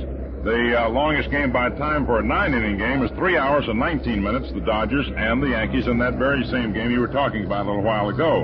And we've gone 2 hours and 45 minutes so far, so possibly could approach the record. They say that everything happens at Brooklyn. Well, we've got the lights on for the first time in a World Series game. And now Miller makes his first pitch relieving in the ninth to Cliff Mapes, a left-hand hitter. And it is called strike. Miller, a left-hander. Mapes, a left-hand hitter. 0 for 2 today. Takes a curve on there for call strike 2. Nothing in 2. So all the lights are on. And it makes quite a difference. Although the lights do not take as much effect with daylight as they do, of course, in complete darkness. But that's a help. It dispels the shadows. Throw, high outside. That's a very sound decision by Commissioner Chandler, because it not only adds to the efficiency and the fairness of the game, but it prevents any possible injury. 1-2 pitch, curve swung on. There's a high fly ball into left center field. Snyder coming over. Wait, left field almost over. And the left fielder makes the catch. So put out for left fielder Louis Olmo. 1 up, 1 away, top of the ninth. The fans in the ballpark are remaining, waiting to see if there will be something in the last half of the ninth inning. I imagine that's what you folks are doing, listening to this Gillette broadcast. The Yankees 10 and the Dodgers 6. Second baseman Jerry Coleman had a fine series, right-hand batter, stepping in. As hard as pitchers throw the ball, we're only 60 feet and 6 inches away. When it begins to get dark in a ballpark, it's very hazardous for hitters. Throw, high inside, ball 1. 1 ball, no strikes. 1 out, top of the ninth.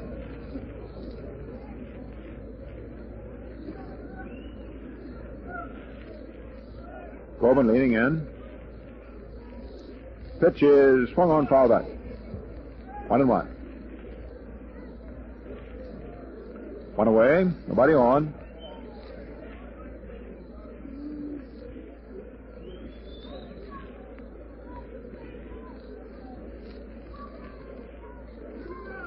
Jerry leaning in. Miller's pitches a fastball too low. 2 balls, 1 strike. Bill Dickey, coaching at first, hollers at the Coleman, get on that bag. It's one of the perennial first base coaching war cries.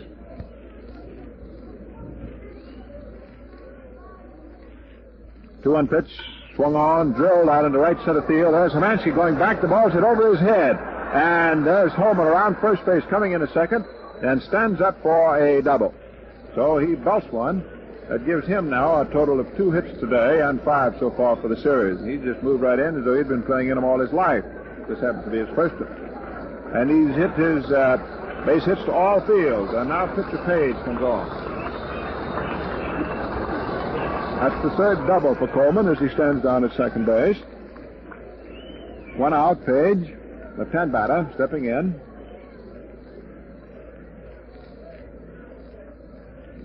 For the Yankees, that gives them 11 hits, and they've gotten at least 1 hit off of all 6 of the Brooklyn pitchers. Got 3 off Barney, 3 off Batter, 2 off Erskine, and 1 each off Hatton, Fleeker, and Almena. Page takes a fastball in on his hands for ball 1. 1 ball, no strikes. 1 gone.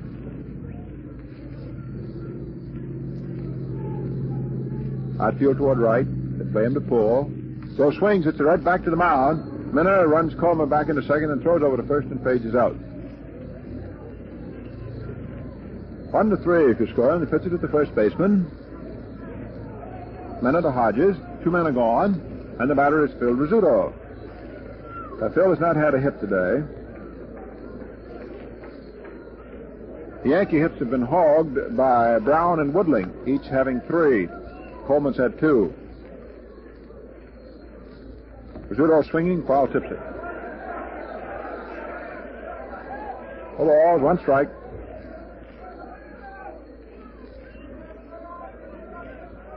New York 10, Brooklyn 6.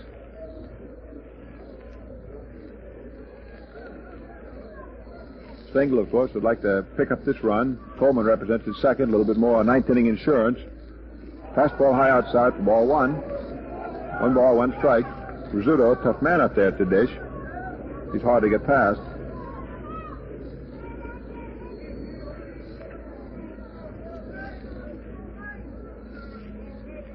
Big, tall left-hander delivers a slow curve. Drilled line in the right field. Hermansky coming on and makes the catch to the line drive. The ball was well hit, so that's all for that bid. Top of the 9th inning. So, here we are. This is it. Last half of the 9th.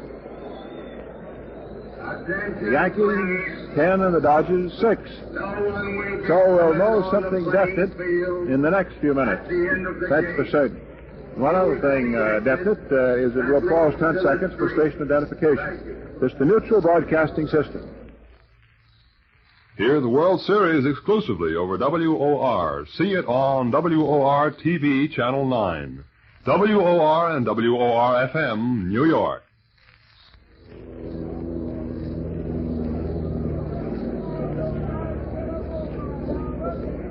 Last half of the 9th inning. And Eddie Mixis will hit for Jorgensen to get a right-hand batter up against left-hander Joe Page, who's relieving. There's nobody throwing in the Yankee bullpen. Manager Stengel has complete confidence in Joe Page.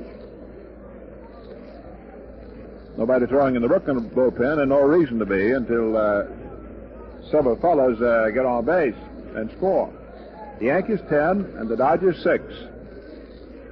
Now is this to be the denouement or not? Brooklyn, number 34, Eddie Mixis, batting for Jorgensen. Mixis, who makes the 19th player that manager Shotton has committed to the ball game. Mixis hitting for Jorgensen. Last of the 9th inning. Right-hand batter. Outfield around toward left.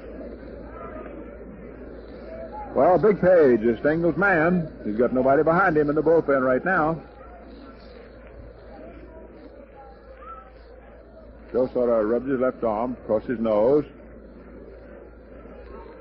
Now looks down, takes a sign from Berra. Mixes in a crouch. And Page starts to pump and then decides that he won't pitch, backs off. His footing isn't just right. Lights are on. Came on top of this 9th inning.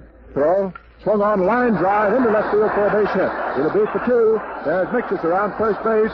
The ball kicking around in left, and there's Mixis coming in a second with a whistling double. Rizzuto runs out to the left and brings the ball in.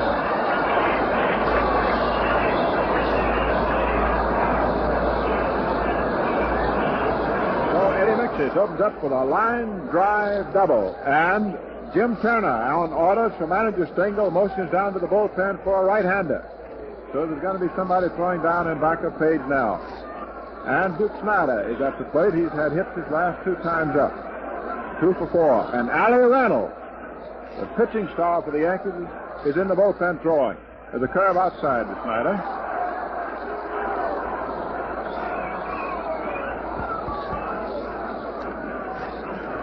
Ten to 6, favor New York. Mixis is opened up with a pinch hit double last half of the 9th inning. Snyder at the plate. The Yankees fidgety. Page pitches and Snyder swings and misses with a fastball in down around his knees. He went after it. 1 ball, 1 strike. Snyder to be followed by Robinson, Hermansky, Hodges, that section of the batting order.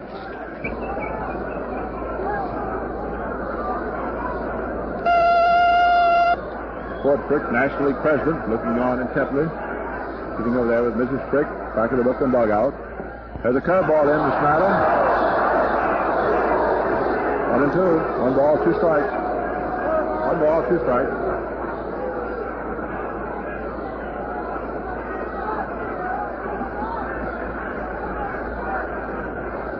Mixis not getting very far off second base. Allie Reynolds throwing in the bullpen for New York. Snyder swings and misses for strike 3, and Page strikes him out. And thus Snyder, in a 5-game series, has now struck out 8 times, and this ties the World Series record for the most strikeouts in an 8-game series.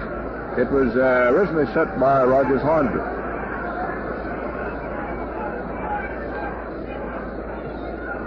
Robinson at the plate, and Stengel steps out in front of the Yankee bench, gets the attention of the infield, and Page to caution against the bunt for a base hit.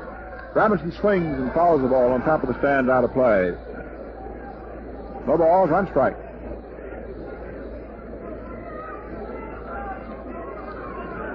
Outfield, round toward left.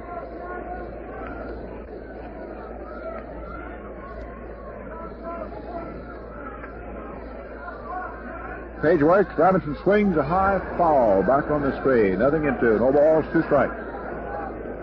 The Yankees 10. The Dodgers 6. Makes us at second, one out. Last of the ninth inning.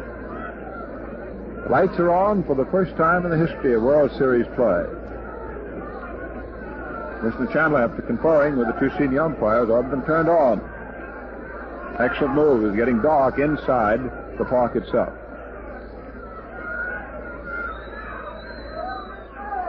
Mexis just standing down off second. Page delivers. Robinson swings, and there's a nubbed foul ball into the third base stands. That ball was in on Jack's hands. No balls, two strikes. Then Page bearing down. This is one of his most important ballistic assignments.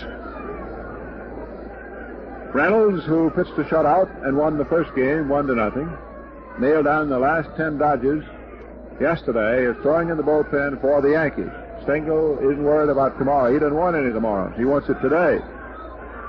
Throw, swung on and missed. Robinson tries to check his swing and can't. He struck out. There was a dancing curveball on the outside that got him, and Page is bearing down. He's rolling. And the Yankees, who hold the record, of course, for teams getting in the World Series the most frequently, winning the most World Series games and the most World Series titles, are trying to, in their 16th series, nail down their 55th series victory and their 12th series won. They're only one out away from it. Gene Hermansky up and takes a curveball over. Called strike.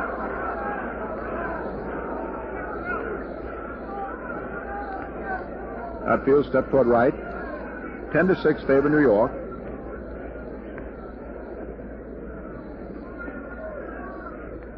Throw, swung on and fouled off. Into the stands back at third base. No balls, two strikes.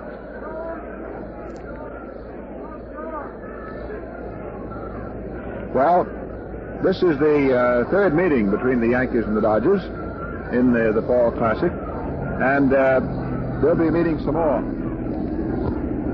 Both great farm systems.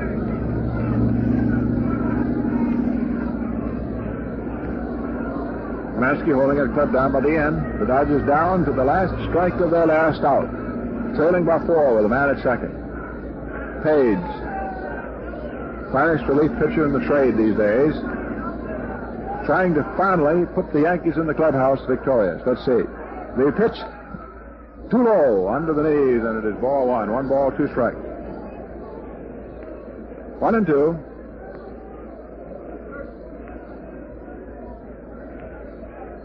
Hermansky, square stance.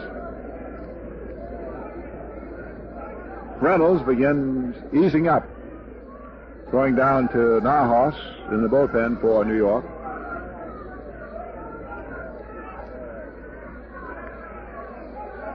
Page studies the sign. Big fella ready, delivers. A curve low. Ball 2. Ball game is still alive. 2 balls, 2 strikes. The count is 2-2. 2 men are gone. Page takes out a big red bandana, mops the beads of perspiration off of his face. Now he steps there on the mound, looks down with those cold blue eyes of his. Take the sign from stocky, crouched Yogi Berra, catcher back of the plate. Mixer still standing at second after opening up the last of the ninth with a pinch hit double. 2-2 pitch. Just low outside, just missing, and Page a little bit unhappy about that decision. It's a full count of 3-2. 3 balls, 2 strikes. 3-2. Page on the mound, works 3-2. Ball 4, and Hermansky walks. That's the first he goes. There's some ball. First walk given up by Joe Page, and Gil Hodges walks to the plate.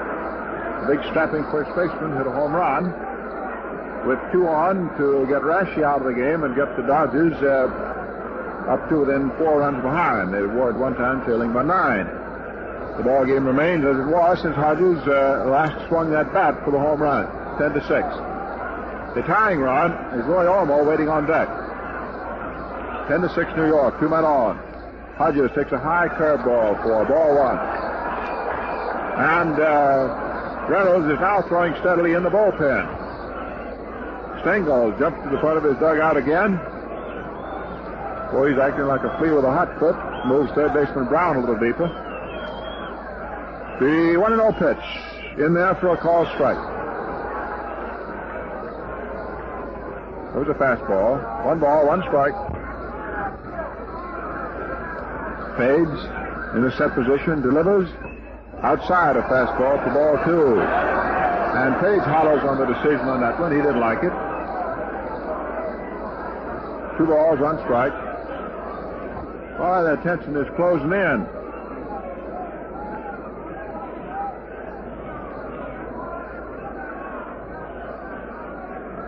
Hodges under orders, of course. The manager shot and pitch by pitch. The 2-1 pitch is swung on, a high foul, back out of play on the screen. It's now 2-2. 2 balls, 2 strikes. Page again with that red bandana. Stengel walking down to the water cooler. That wobbling, familiar walk of his.